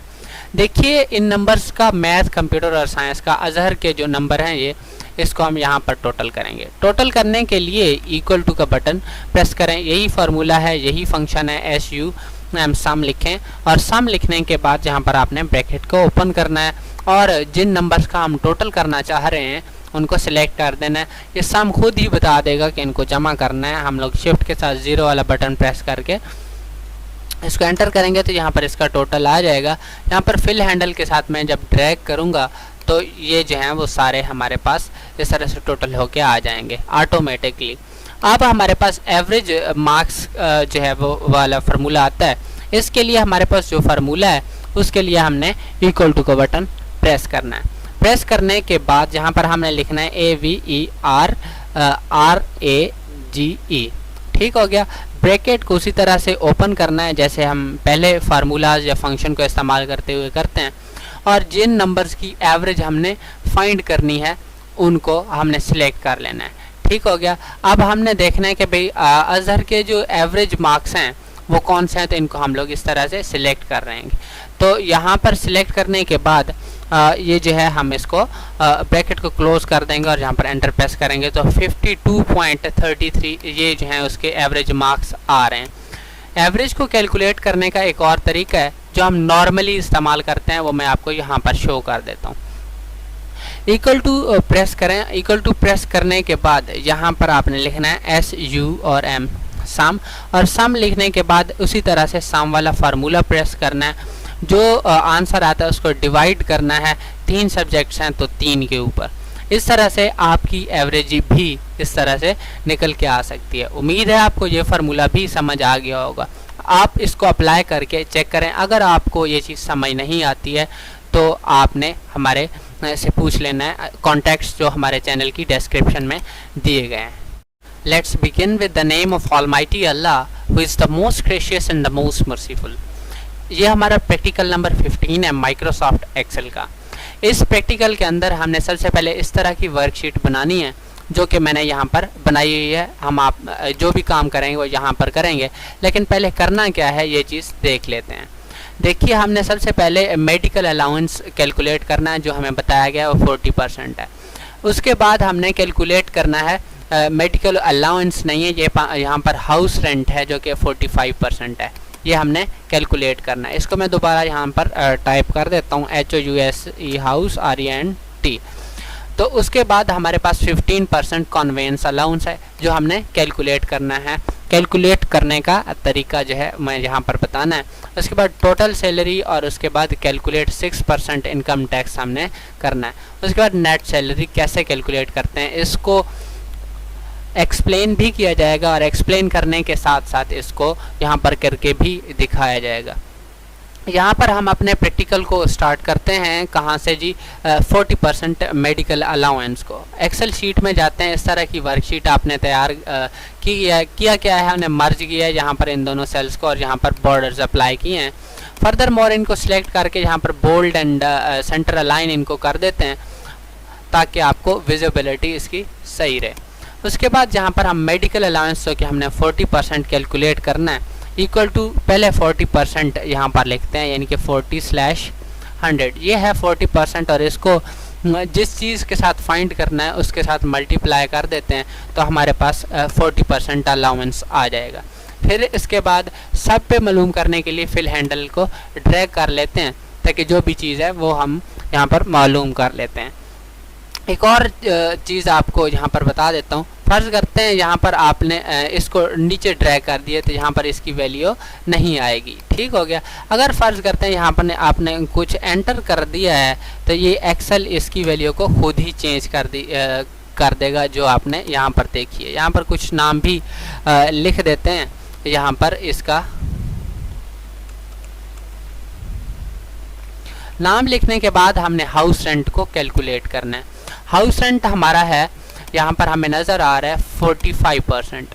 तो 45% कैलकुलेट करने के लिए इसी तरह से फार्मूला लगाना है। मैं थोड़ा इसको जल्दी से करूँगा, जैसे कि यहाँ पर मैं इक्वल टू प्रेस करता हूँ और सबसे पहले 45% लिखते हैं, 40/100। अगर आपको पिछला समझ आ गया होगा तो ये भी ज़रूर आपको आया होगा। यहाँ पर हम लोग इस बेसिक पे स्केल को क्लिक करेंगे और यहाँ पर हमारे पास हाउस रेंट निकल आएगा। उसके बाद यहाँ पर हम इसको फिल हैंडल के ज़रिए से ड्रैग करेंगे तो ये सारी चीज़ों को ऑटोमेटिकली प्रिंट कर देगा। नेक्स्ट है कॉन्वेंस अलाउंस। कॉन्वेंस अलाउंस को मालूम करने के लिए हमें सबसे पहले पता होना चाहिए कि ये 15% है। अब हम इसको 15% यहाँ पर लगाते हैं, इक्वल टू को बटन प्रेस करेंगे। प्रेस करने के बाद 15% लिखेंगे, जिसका मतलब होता है 15/100, और इसको मल्टीप्लाई करेंगे बेसिक पे के साथ, और हमारे पास यहाँ पर निकल आएगा जो कन्वेंस अलाउंस है वो। अब हमने टोटल सैलरी को फाइंड करना है। ये चीज़ हम पहले भी यूज़ कर चुके हैं, लेकिन यहाँ पर हम लोग इसको रिपीट करेंगे ताकि आपकी रिहर्सल, आपकी प्रैक्टिस एक्सेल की अच्छी हो। इसके लिए यहाँ पर हमने इक्वल टू का बटन प्रेस किया और यहाँ पर हम लोग सम फंक्शन को इस्तेमाल करते हुए इसको कैलकुलेट करेंगे। ब्रैकेट तक आपको पता है। यहाँ पर अब हमने मेडिकल अलाउंस, हाउस रेंट और कन्वेंस अलाउंस को सिलेक्ट किया है, और उसके बाद यहाँ पर ब्रैकेट को मैंने क्लोज कर दिया है और एंटर प्रेस कर दिया। इसका एक और भी तरीका है जिसको मैं आगे एक्सप्लेन करने वाला हूँ। अब हमने इनकम टैक्स मालूम करना है। सबसे पहले हमें पता होना चाहिए इस टोटल सैलरी के ऊपर जो इनकम टैक्स लगता है वो है कितना। यहाँ पर जो शीट मैं बना रहा हूँ इसके अंदर जो है इनकम टैक्स जो है वो 6% है। ये टोटल सैलरी हम लोग मालूम कर चुके हैं। 6% ये मालूम करते हैं। टोटल सैलरी में हमने इन सारी चीज़ों को सम कर दिया है, ठीक है। टोटल सैलरी हमारे पास आ गई ये चीज़। अब हमने इनकम टैक्स जो है मालूम करना है। इनकम टैक्स जो है हम मालूम करने के लिए यहाँ पर 6% चूँकि तो इसी तरह से वही फार्मूला लगाएंगे। सबसे पहले मैं लिखता हूँ 6%, जिसका मतलब होता है 6 और 100, और इसको मैं मल्टीप्लाई करूँगा जनाब इसके साथ, टोटल सैलरी के साथ, क्योंकि मैंने टैक्स निकालना है सैलरी में से। तो यहाँ पर मैं इस तरह से इसको जो है निकाल लूँगा। नेट सैलरी क्या है? नेट सैलरी ये है कि टोटल अब सैलरी बच कितनी रही है। टोटल सैलरी इनको इन चीज़ों को मिला के इनकी ये बनती थी। उसके बाद हमारे पास टोटल सैलरी इन चीज़ों को मिला के ये बनती थी, और इसके ऊपर टैक्स लग रहा है 636, यानी कि टोटल सैलरी में से इनकम टैक्स निकालेंगे तो नेट सैलरी बच जाएगी। इक्वल टू का फार्मूला, इक्वल टू का बटन प्रेस करने के बाद यहाँ पर मैं लिखूँगा, इस सेल के ऊपर क्लिक कर दूँगा, और माइनस प्रेस करने के बाद इनकम टैक्स इस पर क्लिक करूँगा, तो ये यहाँ पर हमारे पास नेट सैलरी आ जाएगी। ये थी 10,600 और ये है 9,964। इसको अगर मैं ड्रैग करूँगा यहाँ पर तो ये सारों की नेट सैलरी प्रिंट कर देगा। यहाँ वैल्यूज़ 0 आ रही हैं क्योंकि हमने इनको फिल आउट नहीं किया हुआ, यहाँ पर इनको ऑटोमेटिकली फिल कर लेते हैं, तो सारी जो वैल्यूज़ हैं वो यहाँ पर प्रिंट हो जाएंगी। देखें आप, ये एक्सेल का सबसे बड़ा जो है एडवांटेज है। यहाँ पर इससे 0 माइनस हुआ है, लेकिन अभी फ़िलहाल हम इसको अगर ड्रैग करें तो ये सारी वैल्यूज़ हैं करेक्ट हो जाएंगी। इस प्रैक्टिकल के अंदर हमने ये कुछ सीखना था। आने वाले प्रैक्टिकल के अंदर मज़ीद एक्सेल के बारे में हम लोग सीखेंगे। ये देखें, नेट सैलरी जो है वो इनकम टैक्स, अगर हम लोग इनकम टैक्स निकाल देते हैं टोटल सैलरी में से, हमारे पास नेट सैलरी आ जाती है। इसी के साथ ही गुड बाय। औज़ुबिल्लाहि मिनश्शैतानिर्रजीम, बिस्मिल्लाहिर्रहमानिर्रहीम। ये हमारा प्रैक्टिकल नंबर 16 है माइक्रोसॉफ्ट एक्सेल का। इस प्रैक्टिकल के अंदर हम इस तरह की सबसे पहले शीट क्रिएट करेंगे। उसके बाद यहाँ पर हम लोग जो है परसेंटेज कैलकुलेट करेंगे लेक्चर्स के हिसाब से। फ़र्ज़ करते हैं हमारा एक कंप्यूटर कॉलेज है और वहाँ पर हम लोग लेक्चर्स की परसेंटेज ऑटोमेटिकली कैलकुलेट करना चाहते हैं स्टूडेंट्स की, तो कैसे हम लोग कैलकुलेट करेंगे, यही हमने यहाँ पर सीखना है। और दूसरा हमारा जो ये वाला प्रैक्टिकल है, इंसर्ट कैसे करनी है रो, ये हमने रिपीट करना है यहाँ पर, क्योंकि रिहर्सल भी साथ साथ करनी है। तो ये यहाँ पर मैंने शीट क्रिएट की है यहाँ पर। तो इस शीट के अंदर हम लोगों ने ये सारा काम करना है। क्या काम करना है जी? काम हमारा जो है उसमें है कि कैलकुलेट करना है परसेंटेज इस फार्मूले के मुताबिक। तो यहाँ पर फार्मूला हमारा जो है वो लेक्चर अटेंडेड जो हैं उनको हमने डिवाइड करना है लेक्चर ये जो हैं डिलीवर्ड के साथ, उसको मल्टीप्लाई 100 के साथ कर रहे हैं तो हमारी परसेंटेज आ जाएगी। यही यहाँ पर माइक्रोसॉफ्ट एक्सेल में हम लोग परफॉर्म करते हैं।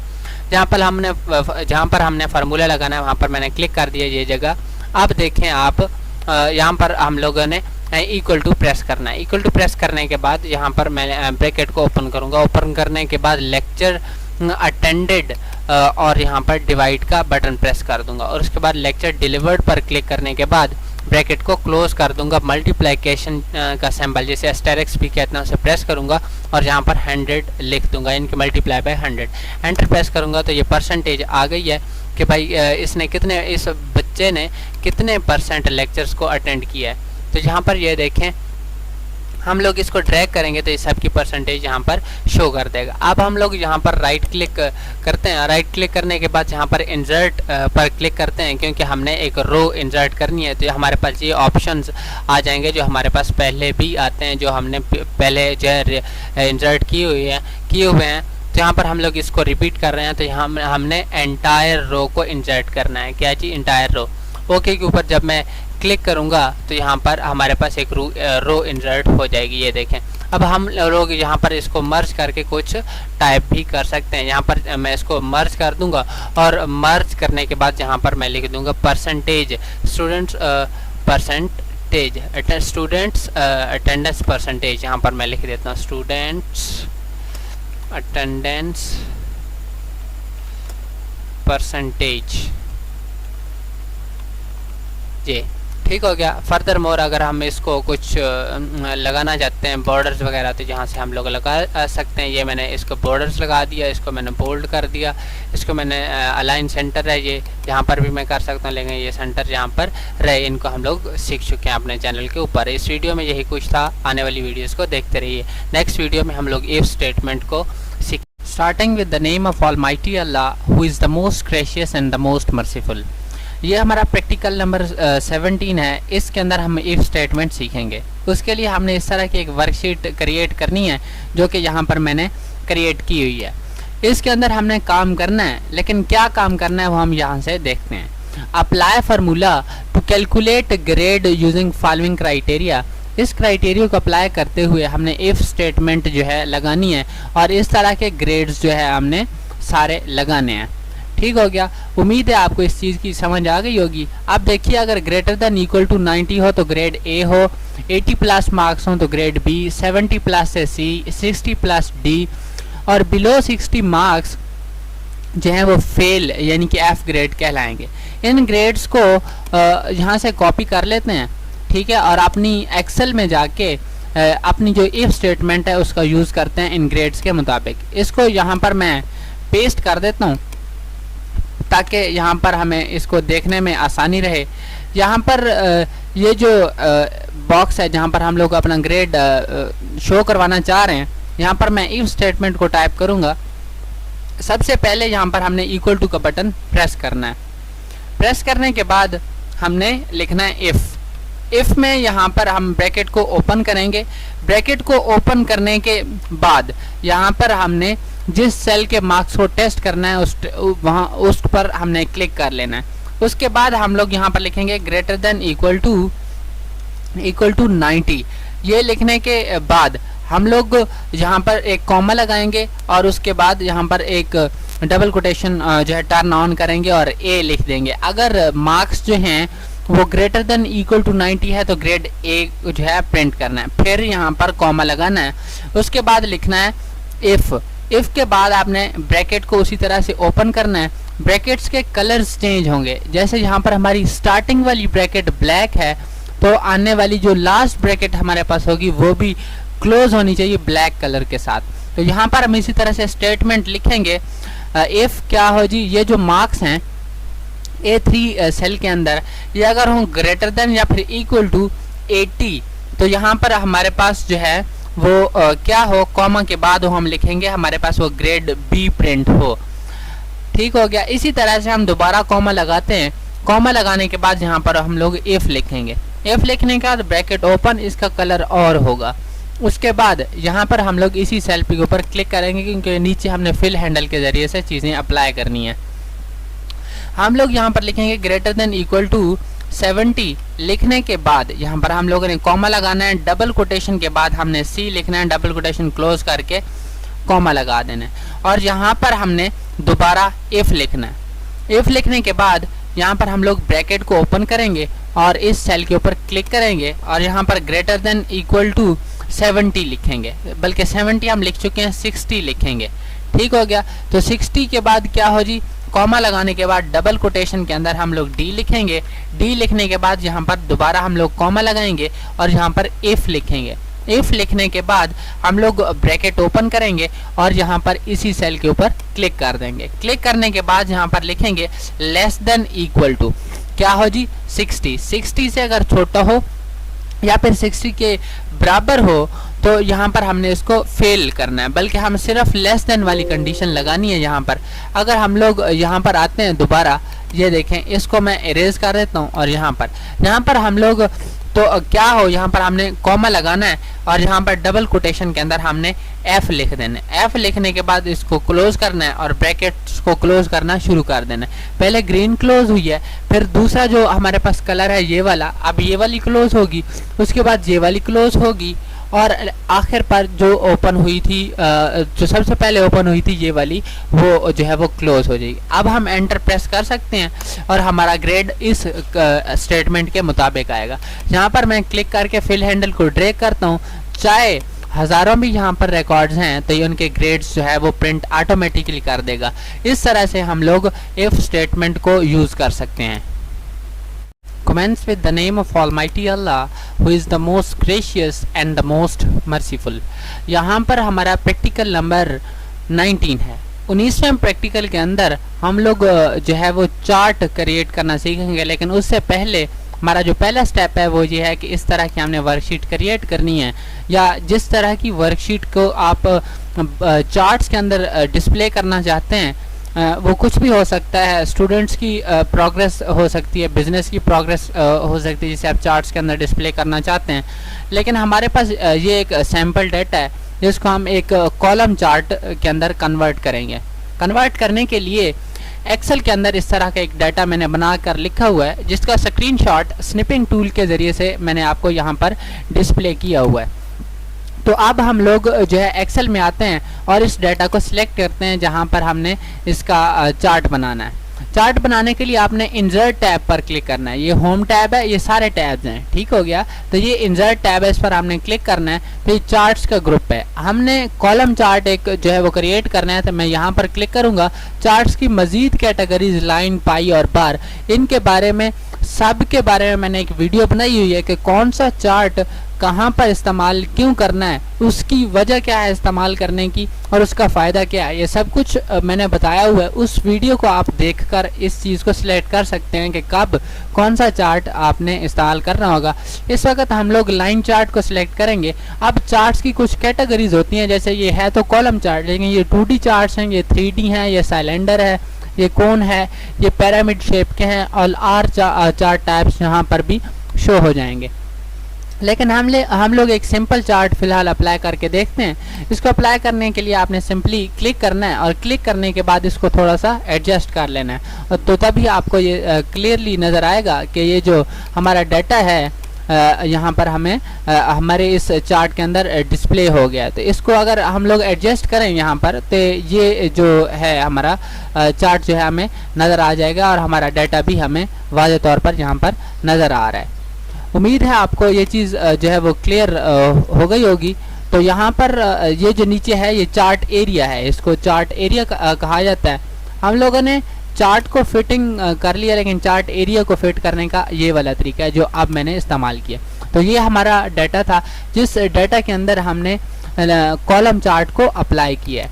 अब ये जो चार्ट है हमें जिसके ऊपर डाटा शो हो रहा है, यहाँ पर अगर आप चाहते हैं इसके ऊपर लाइन चार्ट कैसे अप्लाई करना है, पाई चार्ट कैसे अप्लाई करना है, बार चार्ट कैसे अप्लाई करना है और इनकी सेटिंग्स कैसे करनी है, तो इसके लिए आप नेक्स्ट वीडियोस को देखते रहिए।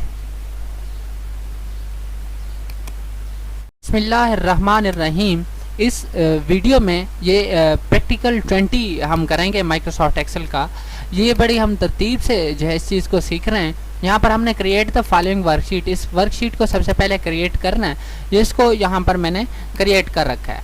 नेक्स्ट जो हमारा स्टेप है वो स्टेप बहुत ही आसान है, पहले भी हम इस प्रैक्टिकल में कर चुके हैं, लेकिन उसमें हमने कॉलम चार्ट किया था। अब हम लाइन चार्ट करेंगे। लाइन चार्ट को कैसे अप्लाई करना है वो इस कंप्लीट प्रैक्टिकल के अंदर हम लोग देखेंगे। इसको क्रिएट करने के लिए एक्सेल के वर्कशीट के अंदर जाएं, यहाँ पर उस डाटा को सिलेक्ट करें जो हम शो करना चाहते हैं। उसके बाद आप चाहें तो इस जो टाइटल वाला डाटा है इसको भी सिलेक्ट कर सकते हैं। उसके बाद आपने ये हमारा होम टैब है, साथ वाले टैब इंसर्ट टैब के ऊपर जाना है और यहाँ पर ये लाइन चार्ट है। इस लाइन चार्ट के ऊपर आपने इस तरह से क्लिक करेंगे तो डिफरेंट लाइन चार्ट शो हो जाएंगे। पहले भी मैं आपको बता चुका हूँ कि इस ऑप्शन से आपके सारे लाइन चार्ट जो है वो डिस्प्ले होते हैं, लेकिन हमने एक सिंपल सा लाइन चार्ट डिस्प्ले करना है। यहाँ से हम लोग क्लिक करके एक लाइन चार्ट जो पहला है हम लोग इसको कर लेते हैं जी। ये हमारा लाइन चार्ट अप्लाई हो गया है। यहाँ से हम लोग इसको नीचे ड्रैग करके हम लोग इसको सेट कर सकते हैं। ये हमारा जो है वो चार्ट एरिया है जिसको हम ड्रैग करके यहाँ ले आएंगे ताकि हमें इसको विजिबल होना आसान रहे। तो ये हमारे पास जो लाइन चार्ट है इसको हमने यहाँ पर जो है वो डिस्प्ले कर दिया है। ये नीचे वाली हॉरिजॉन्टल बार है जिससे हमें ये सही से नज़र आएगा। यहाँ पर जो चीज़ें हमने सेलेक्ट की थी वो सारा डाटा यहाँ पर हमें नज़र आ रहा है। तो ये जो हमारा चार्ट है ये लाइन चार्ट है। मज़ीद ऐसे चार्ट्स को देखने के लिए आप इस चैनल की अगली वीडियोस को देखते रहिए। Commence with the name of Almighty Allah, who is the most gracious and the most merciful। आज का हमारा प्रैक्टिकल नंबर 21 है, जिसको हम लोग आज कंप्लीट तौर पर करेंगे। यहाँ पर हमारे पास सबसे पहला स्टेप है create the worksheet with the following data. इस डाटा के साथ आपने वर्कशीट क्रिएट करनी है। सबसे पहले कैसे करनी है, या यहाँ पर मैंने आपके लिए ये वर्कशीट क्रिएट की हुई है। नेम, एज और ये लिखने के बाद यहाँ पर मैं आपके सामने बॉर्डर्स इसको लगा देता हूँ ताकि ये जो है वो अलग हो जाए सब चीज़ों से। यहाँ पर ये हमारे जो टाइटल्स हैं ये अलग हो गए हैं। उसके बाद इस तरह का आपने डाटा एंटर कर देना जो हम पिछले प्रैक्टिकल्स के अंदर सीख चुके हैं। और ये चीज़ कलर्स वगैरह आपने यहाँ से चेंज कर लेना, सारा कुछ होम टैब में। ये टैब्स भी मैंने एक्सप्लेन किए हुए हैं, कोई भी इनमें से टैब अगर आप सीखना चाहते हैं तो सीख सकते हैं। अब हम पीछे अपने प्रैक्टिकल की तरफ जाएँ अगर, तो यहाँ पर हमारा जो सबसे इम्पॉर्टेंट टास्क है वो मैं आपको सबसे पहले बताता हूँ। देखिए हमने एक चार्ट क्रिएट करा है, insert a bar chart for the given data, इस डाटा के लिए।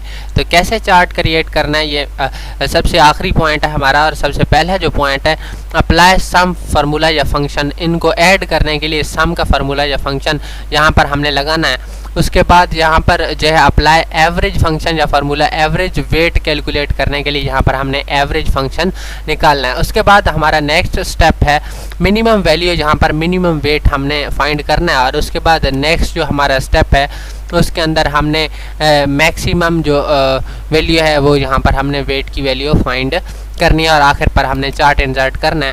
तो इस सब काम को करने के लिए यहाँ पर हम लोग माइक्रोसॉफ्ट एक्सेल में आते हैं और यहाँ पर हम लोग इन स्टेप्स को परफॉर्म करेंगे। ये सारे यहाँ पर बॉर्डर्स को यूज़ किया हुआ है और बॉर्डर्स का ऑप्शन यहाँ पर मौजूद है। ये देखें कलर हमने यहाँ से इसका बैकग्राउंड कलर चेंज किया है, यहाँ से फ़ॉन्ट कलर चेंज कर सकते हैं।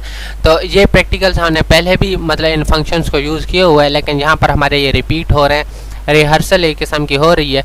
या जो पहली बार देख रहे हैं उनके लिए ये जो है एक लेसन है, एक कंप्लीट 4 फंक्शन जहाँ पर आपको बताए जा रहे हैं। सबसे पहले टोटल वेट को कैलकुलेट करने के लिए जिस सेल के अंदर मैं इसको कैलकुलेट करना चाह रहा हूँ ये वाला सेल है, यहाँ पर मैंने क्लिक किया है।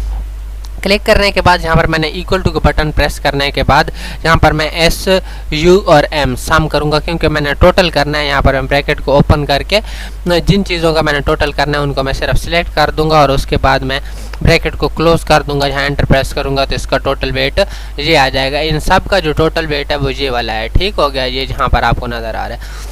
उसके बाद यहाँ पर एवरेज का फंक्शन हमने इस्तेमाल करना है। एवरेज कैसे कैलकुलेट करनी है, यहाँ पर इक्वल टू का बटन पहले मैं प्रेस करूँगा और यहाँ पर लिखूँगा AVERAGE एवरेज और ब्रैकेट को ओपन करूँगा और उसके बाद इनको सिलेक्ट करूँगा। जैसा कि आप लोग जानते हैं भाई, जितनी वैल्यूज़ हों उनको ऐड करके divided by number of values को हम लोग डिवाइड करते हैं। तो ये एवरेज फंक्शन के ज़रिए से आपने वो नहीं करना पड़ता, ये डायरेक्टली एवरेज यहाँ पर आ जाती है। एवरेज वेट जो है वो 78.4 है, ठीक है, 78.4 kg। नेक्स्ट है हमने मैक्सिमम वैल्यू फाइंड करने का फंक्शन जो है मालूम करना है।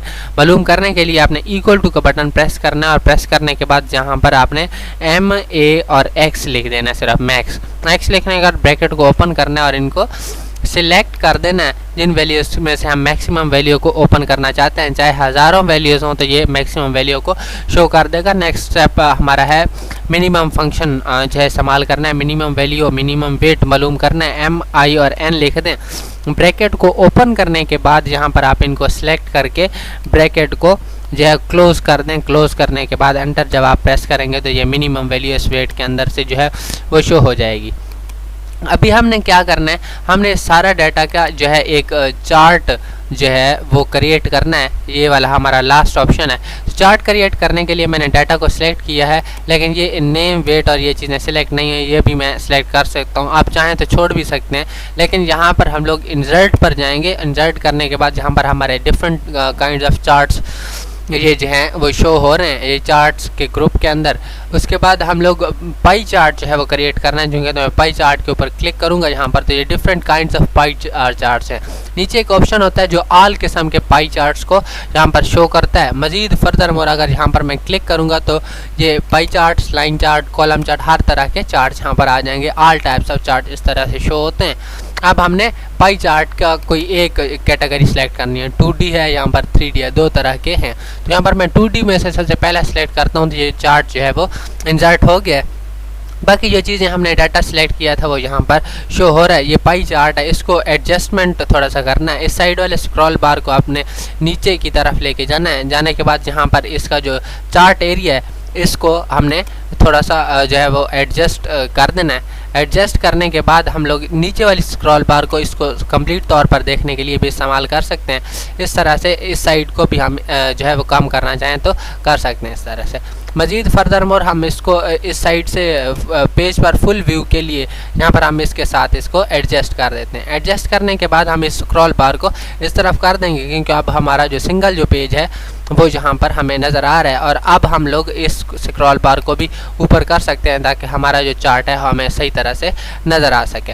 और यहाँ पर से हम लोग इस साइड से भी इस चार्ट को इस इधर लेकर जा सकते हैं। ठीक है, इस तरह की की जो एडजस्टमेंट है वो हो सकती है।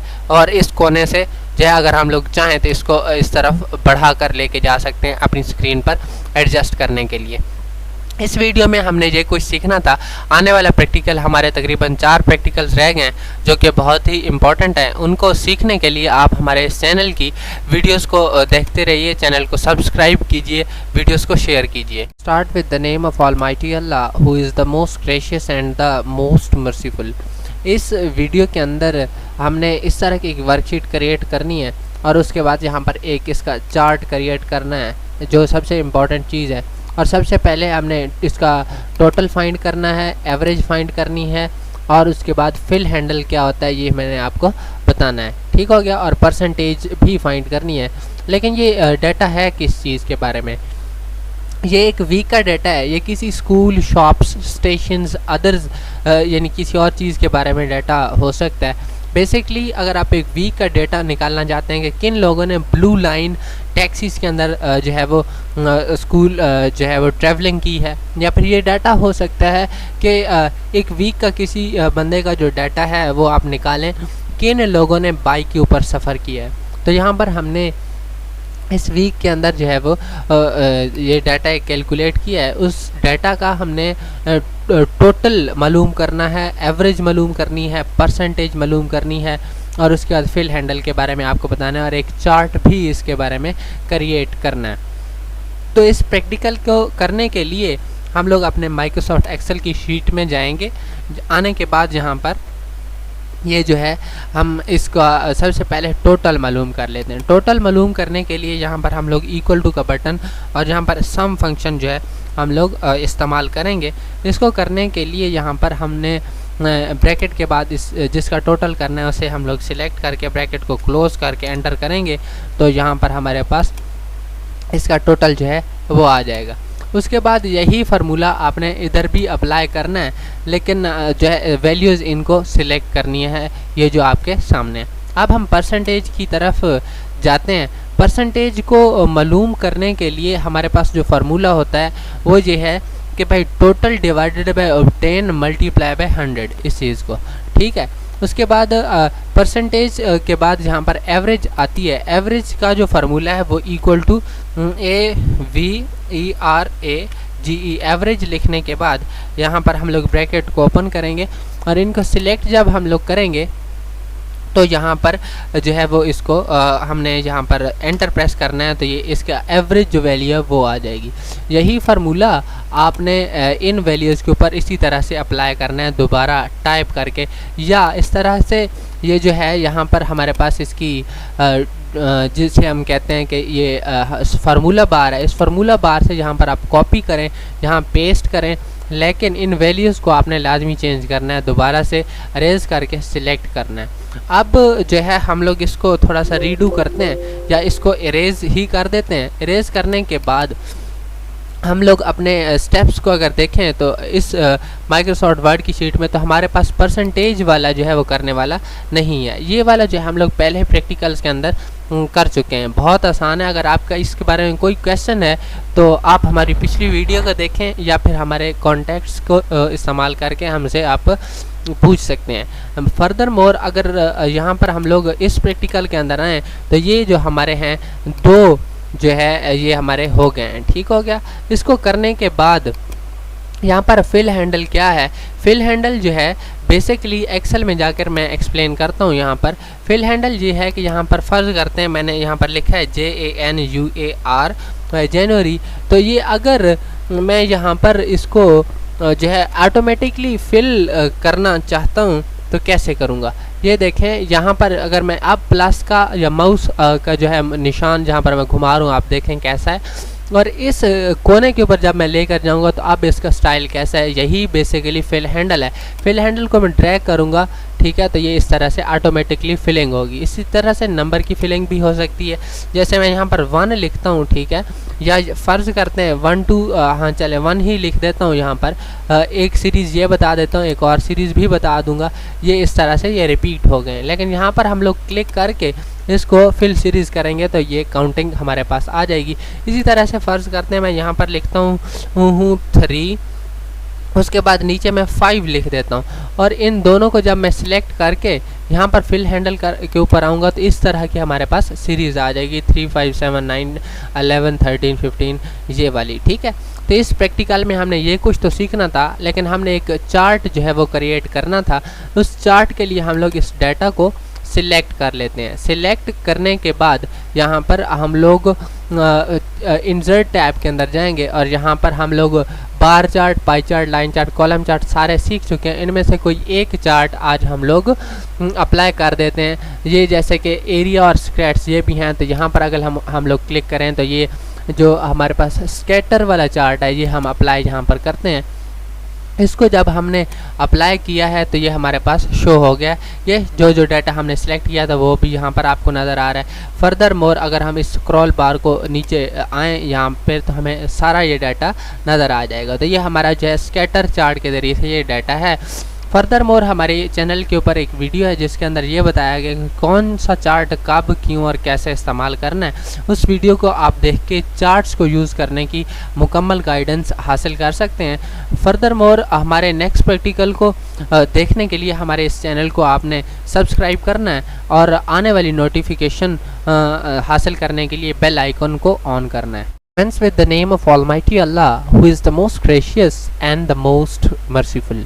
प्रैक्टिकल नंबर 23 के ऊपर हम लोग पहुंच चुके हैं। एक्सेल का हमारा प्रैक्टिकल नंबर 23 है। इस प्रैक्टिकल के अंदर हमने इस तरह की वर्कशीट क्रिएट करनी है और यहाँ पर हम लोग इस तरह का जो है वो डेटा के अंदर हम लोग एवरेज रेनफॉल कैसे मालूम कर सकते हैं, हाउस रेन जो है सनशाइन कितने दिन आई है इसकी डाटा कैसे निकाल सकते हैं, मिनिमम टेम्परेचर, मैक्सिमम टेम्परेचर पूरे मंथ का किस दिन मिनिमम जब मैक्सिमम था वो निकाल सकते हैं। इस तरह की वर्कशीट को निकालने के लिए हम लोग इस तरह की वर्कशीट बनाते हैं। बनाने का तरीका आपको अगर हम लोग बताएं तो यहाँ पर देखें ये हमारी एक्सेल की वर्कशीट है। सिंपली डाटा फिलिंग यहाँ से करनी है, ठीक हो गया। ये आपने ऊपर नाम लिख दिए, उसके बाद ये नाम लिख दिए और यहाँ पर डाटा फिल कर दिया है, ठीक हो गया।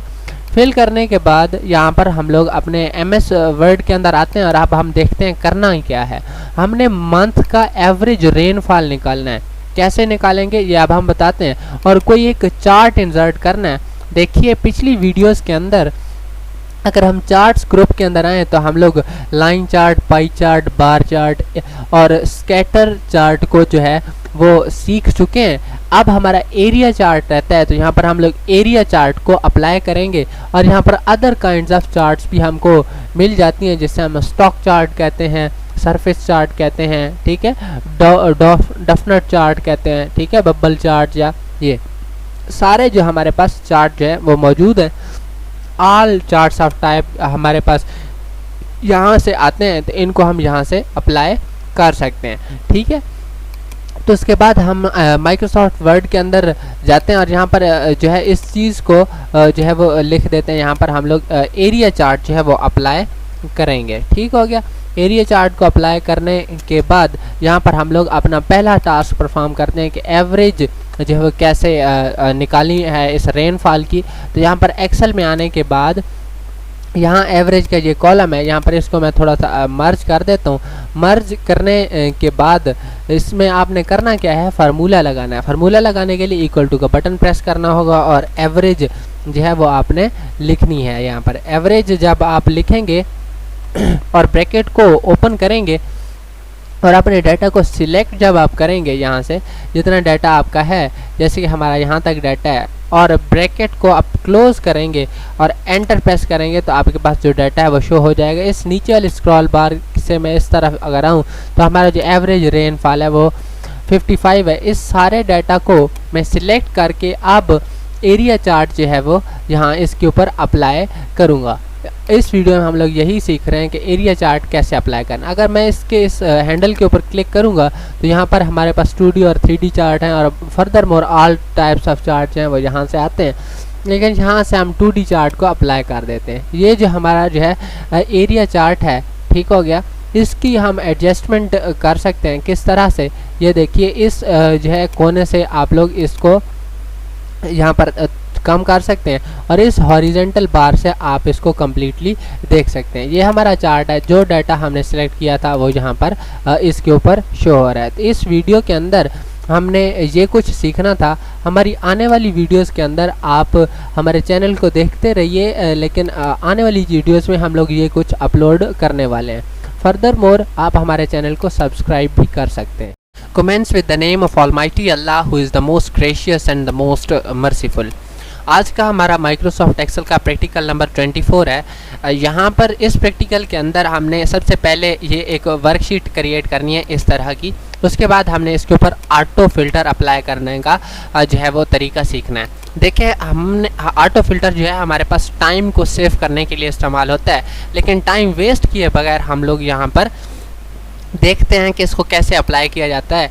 यहाँ पर मैं अपनी एक्सेल की वर्कशीट के अंदर आया हूँ। ये जो है हमारे पास इसके टाइटल्स हैं, ठीक हो गया। अब यहाँ पर आपको ये जो चीज़ें नज़र आ रही हैं इसको मैं सबसे पहले रीडू कर देता हूँ। रीडू करने के बाद यहाँ पर आपको ये अप्लाई करके दिखाता हूँ। Ctrl Z से जो है रीडू, ये जो है इस इन सब के जो है टाइटल्स हैं इनको थोड़ा प्रोमिनेंट अगर हम लोग कर दें तो आपको ये विजिबिलिटी इसकी इजी रहेगी। यहाँ पर आपने किसी एक सेल को सिलेक्ट करना है और यहाँ पर डाटा टैब के अंदर जाना है। ये सारे टैब्स हैं, इन डाटा टैब के अंदर आके यहाँ पर फिल्टर का ऑप्शन है, इसके ऊपर क्लिक करना है तो ये जो ड्रॉप डाउन मेन्यू का ऑप्शन है ये यहाँ पर शो हो जाएगा। उसके बाद यहाँ पर जब आप क्लिक करेंगे तो क्लिक करने के बाद आपको इस तरह का एक मेन्यू नज़र आएगा। इस मेन्यू के अंदर ऊपर वाले ये मैं एक्सप्लेन करता हूँ, लेकिन सबसे पहले जो चीज़ आप ये चाहते हैं वो कि शो ना हो उसको आप अनचेक कर देंगे, ठीक हो गया। तो यहाँ पर शो नहीं होगी। फर्दर मोर आप यहाँ से इसको सर्च भी कर सकते हैं, ठीक है। अगर आपको फर्ज करने बहुत लंबी लिस्ट है तो उसको आप यहाँ पर सर्च कर सकते हैं। सर्च करने के बाद जो है यहाँ पर जब आप ओके के ऊपर क्लिक करेंगे तो वो जो आप चाह रहे थे वो चीज़ नज़र नहीं आएगी, वो रिकॉर्ड पूरा नज़र नहीं आएगा। देखिए पहले जो है हमारे पास 5 रिकॉर्ड थे, अब हमारे पास 4 बचे हैं। तो अब मैं एक बार फिर किसी एक को अनचेक कर देता हूँ। ओके पर क्लिक करूंगा तो ये एक रिकॉर्ड नज़र आ रहा है। इसी तरह से आप जो है इसके ऊपर अगर हम लोग क्लिक करें और इन ऑप्शंस को मैं एक्सप्लेन अब कर देता हूँ। इन ऑप्शन में सबसे पहला ये जो ऑप्शन है ये है सॉर्ट स्मॉलेस्ट टू लार्जेस्ट, ठीक है, छोटे से बड़े तक सॉर्ट कर देगा। उसके बाद इसी तरह से हम लोग जो है इसको further largest to smallest sort कर सकते हैं, कलर वाइज सॉर्ट कर सकते हैं। ये जो सॉर्टिंग हमने लगाई है या जो फिल्टर हम लगाए हैं इसको हम क्लियर कर सकते हैं, बिल्कुल जो है जैसा हमारा था पहले डाटा वैसे ही शो होगा। उसके बाद यहाँ पर है नंबर फिल्टर्स भी हम यहाँ से यूज़ कर सकते हैं, ठीक है। नंबर फिल्टर्स के अंदर क्या है, ये जो है इक्वल नंबर्स वाला है, does not equal, greater than or equal, less than, ये सारे जो है नंबर फिल्टर्स हैं। इनको अप्लाई करके आप यहाँ पर ओके के ऊपर क्लिक करेंगे तो ये इनके ऊपर अप्लाई हो जाएगा। तो इस तरह से आप लोग इन फिल्टर्स को अप्लाई कर सकते हैं और अपने लिए जो है वो आसानी क्रिएट कर सकते हैं। यहाँ पर हमने जो नेक्स्ट लेक्चर के अंदर सीखना है वो हमारे पास कंडीशनल फॉर्मेटिंग है। तो इस लेक्चर को देखने के लिए या कंडीशनल फॉर्मेटिंग को सीखने के लिए आप हमारा नेक्स्ट लेक्चर देख लें, lecture number 25। Start with the name of almighty Allah who is the most gracious and the most merciful. ये हमारा प्रैक्टिकल नंबर 25 है और लास्ट प्रैक्टिकल है। जो कुछ हमने सीखना था इन्हीं प्रैक्टिकल्स के अंदर सीखना था और हम सीख चुके हैं। ये हमारा लास्ट प्रैक्टिकल है। इस प्रैक्टिकल के अंदर हमने ये काम जो है वो करना है। ये मैंने लिखा है, apply conditional formatting and worksheet to apply light red fill colour with dark red colour of the data that is greater than 80। हमारा बेशक लाखों की तादाद में डाटा हो, अगर हम उस डाटा को जो है एक स्पेसिफिक डाटा को कलर चेंज करना चाहते हैं या प्रोमिनेंट उसे देखना चाहते हैं तो कैसे देखें ये हम इस वीडियो में देखेंगे। तो इस के लिए हमने एक वर्कशीट प्रिपेयर की है। चाहे आपका ये वर्कशीट कंप्लीट हो, बेशक मतलब जितना मर्जी इसके अंदर डाटा हो यही तरीका आप अप्लाई कर सकते हैं। तो इसको अप्लाई करने के लिए सबसे पहले डाटा को आपने सिलेक्ट करना है। सिलेक्ट करने के लिए ये हमारा होम टैब है और इसके अंदर स्टाइल्स ग्रुप के अंदर ये कंडीशनल फॉर्मेटिंग है, इसके ऊपर आप क्लिक करेंगे। ये different kinds of conditional formatting आपको यहाँ पर मिल जाएगी। हम लोगों ने जो काम करना है वो यहाँ पर हाईलाइट सेल रूल्स के ऊपर जब मैं पॉइंट करूंगा तो ये इस तरह का आ जाएगा। लेकिन इससे पहले आपको ये बताता हूँ कि टीचर का काम और इदारे का काम सिर्फ ये होता है कि आपको डायरेक्शन दिखाना, बाकी चीज़ें आप लोगों ने, अब ये सारी चीज़ें आसान है, आपने ख़ुद इनको जो है वो अप्लाई करके चेक करना है, क्योंकि ये बिल्कुल इसी तरह से जैसे ये है।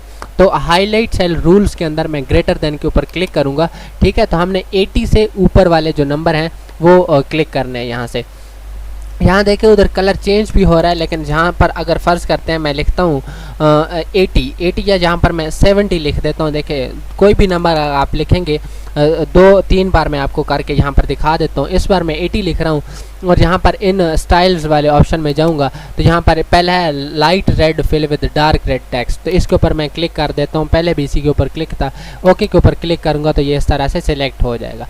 इस कंडीशनल फॉर्मेटिंग को अगर मैं फ़र्ज़ करते हैं चेंज करना चाहता हूँ तो यहाँ पर मैं दोबारा इसके ऊपर क्लिक करूँगा, यहाँ पर आऊँगा और ग्रेटर देन के ऊपर क्लिक करूँगा और यहाँ पर मैं लिख देता हूँ, फ़र्ज़ करते हैं 50 लिख देता हूँ। तो ग्रेटर देन 50 वाले जो नंबर्स होंगे वो यहाँ पर सिलेक्ट हो जाएंगे, ठीक हो गया। इसी तरह से फ़र्ज़ करते हैं मैं ग्रेटर देन 40 लिख देता हूँ, तो फिर हमारे पास 40 से जो ऊपर वाले डेटे हैं उनका हमारा जो कलर है वो जो हमने कलर यहाँ से सिलेक्ट किया है वो चेंज हो जाएगा। तो यहाँ पर ये हमारे पास कंडीशनल फॉर्मेटिंग थी। इस फॉर्मेटिंग के अंदर फ़र्ज़ करते हैं यहाँ पर कलर का जो स्टाइल है वो मैं चेंज कर देता हूँ, मैं रेड टेक्स्ट कर देता हूँ तो ये रेड हो जाएगा। इसी तरह से अगर फ़र्ज़ करते हैं मैं यहाँ पर इसका कस्टम फॉर्मेट के ऊपर जब क्लिक करूँगा तो हमारे पास डिफरेंट जो फॉर्मेट हैं वो यहाँ पर चेंज हो जाएंगे। उसके बाद एक और फॉर्मेट यहाँ पर मैं आपके ये फॉर्मेट सेल्स वाला ऑप्शन ये ओपन हुआ है, मतलब यहाँ से हम लोग अपने कस्टम फॉर्मेट ऐड कर सकते हैं। लेकिन यहाँ पर अगर फ़र्ज़ करते हैं मतलब ये जो ऑप्शन है इसके ज़रिए से हम लोग कस्टम फॉर्मेट लगा सकते हैं, जैसे हम सेल को अपनी मर्ज़ी से जो है वो चेंज कर सकते हैं उसका फॉर्मेट। यहाँ पर मैं लाइट रेड या green fill with dark green colour ये कर दूंगा तो इसका कलर कुछ इस तरह से हो जाएगा। देखें आप यहाँ पर मैं ओके ऊपर क्लिक करके यहाँ पर अगर आता हूँ तो इस सेल्स का कलर भी चेंज हो गया है। देखें जो हमने क्राइटेरिया रखा था 40 से अबव नंबर्स का, तो वही कलर भी चेंज हो गया, मतलब वो हमें प्रोमिनेंट नज़र आ रहे हैं। तो इस वीडियो में ये कुछ था। आने वाली वीडियोस के अंदर मैं एक्सेल के इन सारे प्रैक्टिकल्स को एक ही जो है वो उसके अंदर एक ही वीडियो के अंदर ये बताऊंगा कि हमने ये सीखा क्या है, बेसिक चीज़ें हमें क्या क्या जो है पता होने चाहिए। उसके बाद ये मैं आपको बताऊंगा 10th तक आपको कितना एक्सेल आना चाहिए, इंटर तक आपको कितना, इंटर कंप्लीट करने के बाद आपको कितना एक्सेल आना चाहिए। देखिए यूडीसी के लिए वो इंटरमीडिएट मांगते हैं और उसके लिए आपको कितना एक्सेल वर्ड आना चाहिए। ये सारी चीज़ें मैंने अपनी एक वीडियो के अंदर समराइज़ करके जो है अपनी इस चैनल के ऊपर अपलोड करनी है इन कमिंग डेज़ के अंदर। उसके बाद यहाँ पर हमारा और भी कोर्सेज लॉन्च हो रहे हैं, power point, MS word, HTML वगैरह वगैरह, इस सारी चीज़ों की जो है वो कोर्सेज इस्तेमाल हो रहे हैं। उसके बाद जो बुक्स हैं हमारी 9th 10th 11th 12th इनकी कंप्लीट इजी नोट्स और उनकी एक्सप्लेनेशन मैं अपने चैनल के ऊपर अपलोड कर रहा हूँ, जिन्हें देखने के लिए आप हमारे चैनल को सब्सक्राइब कर सकते हैं और आने वाली वीडियोज़ को आप लोग ज़रूर जो है वो देख सकते हैं ताकि आपको जो है ईजी नोट्स विद डिस्कशन मिल सकें।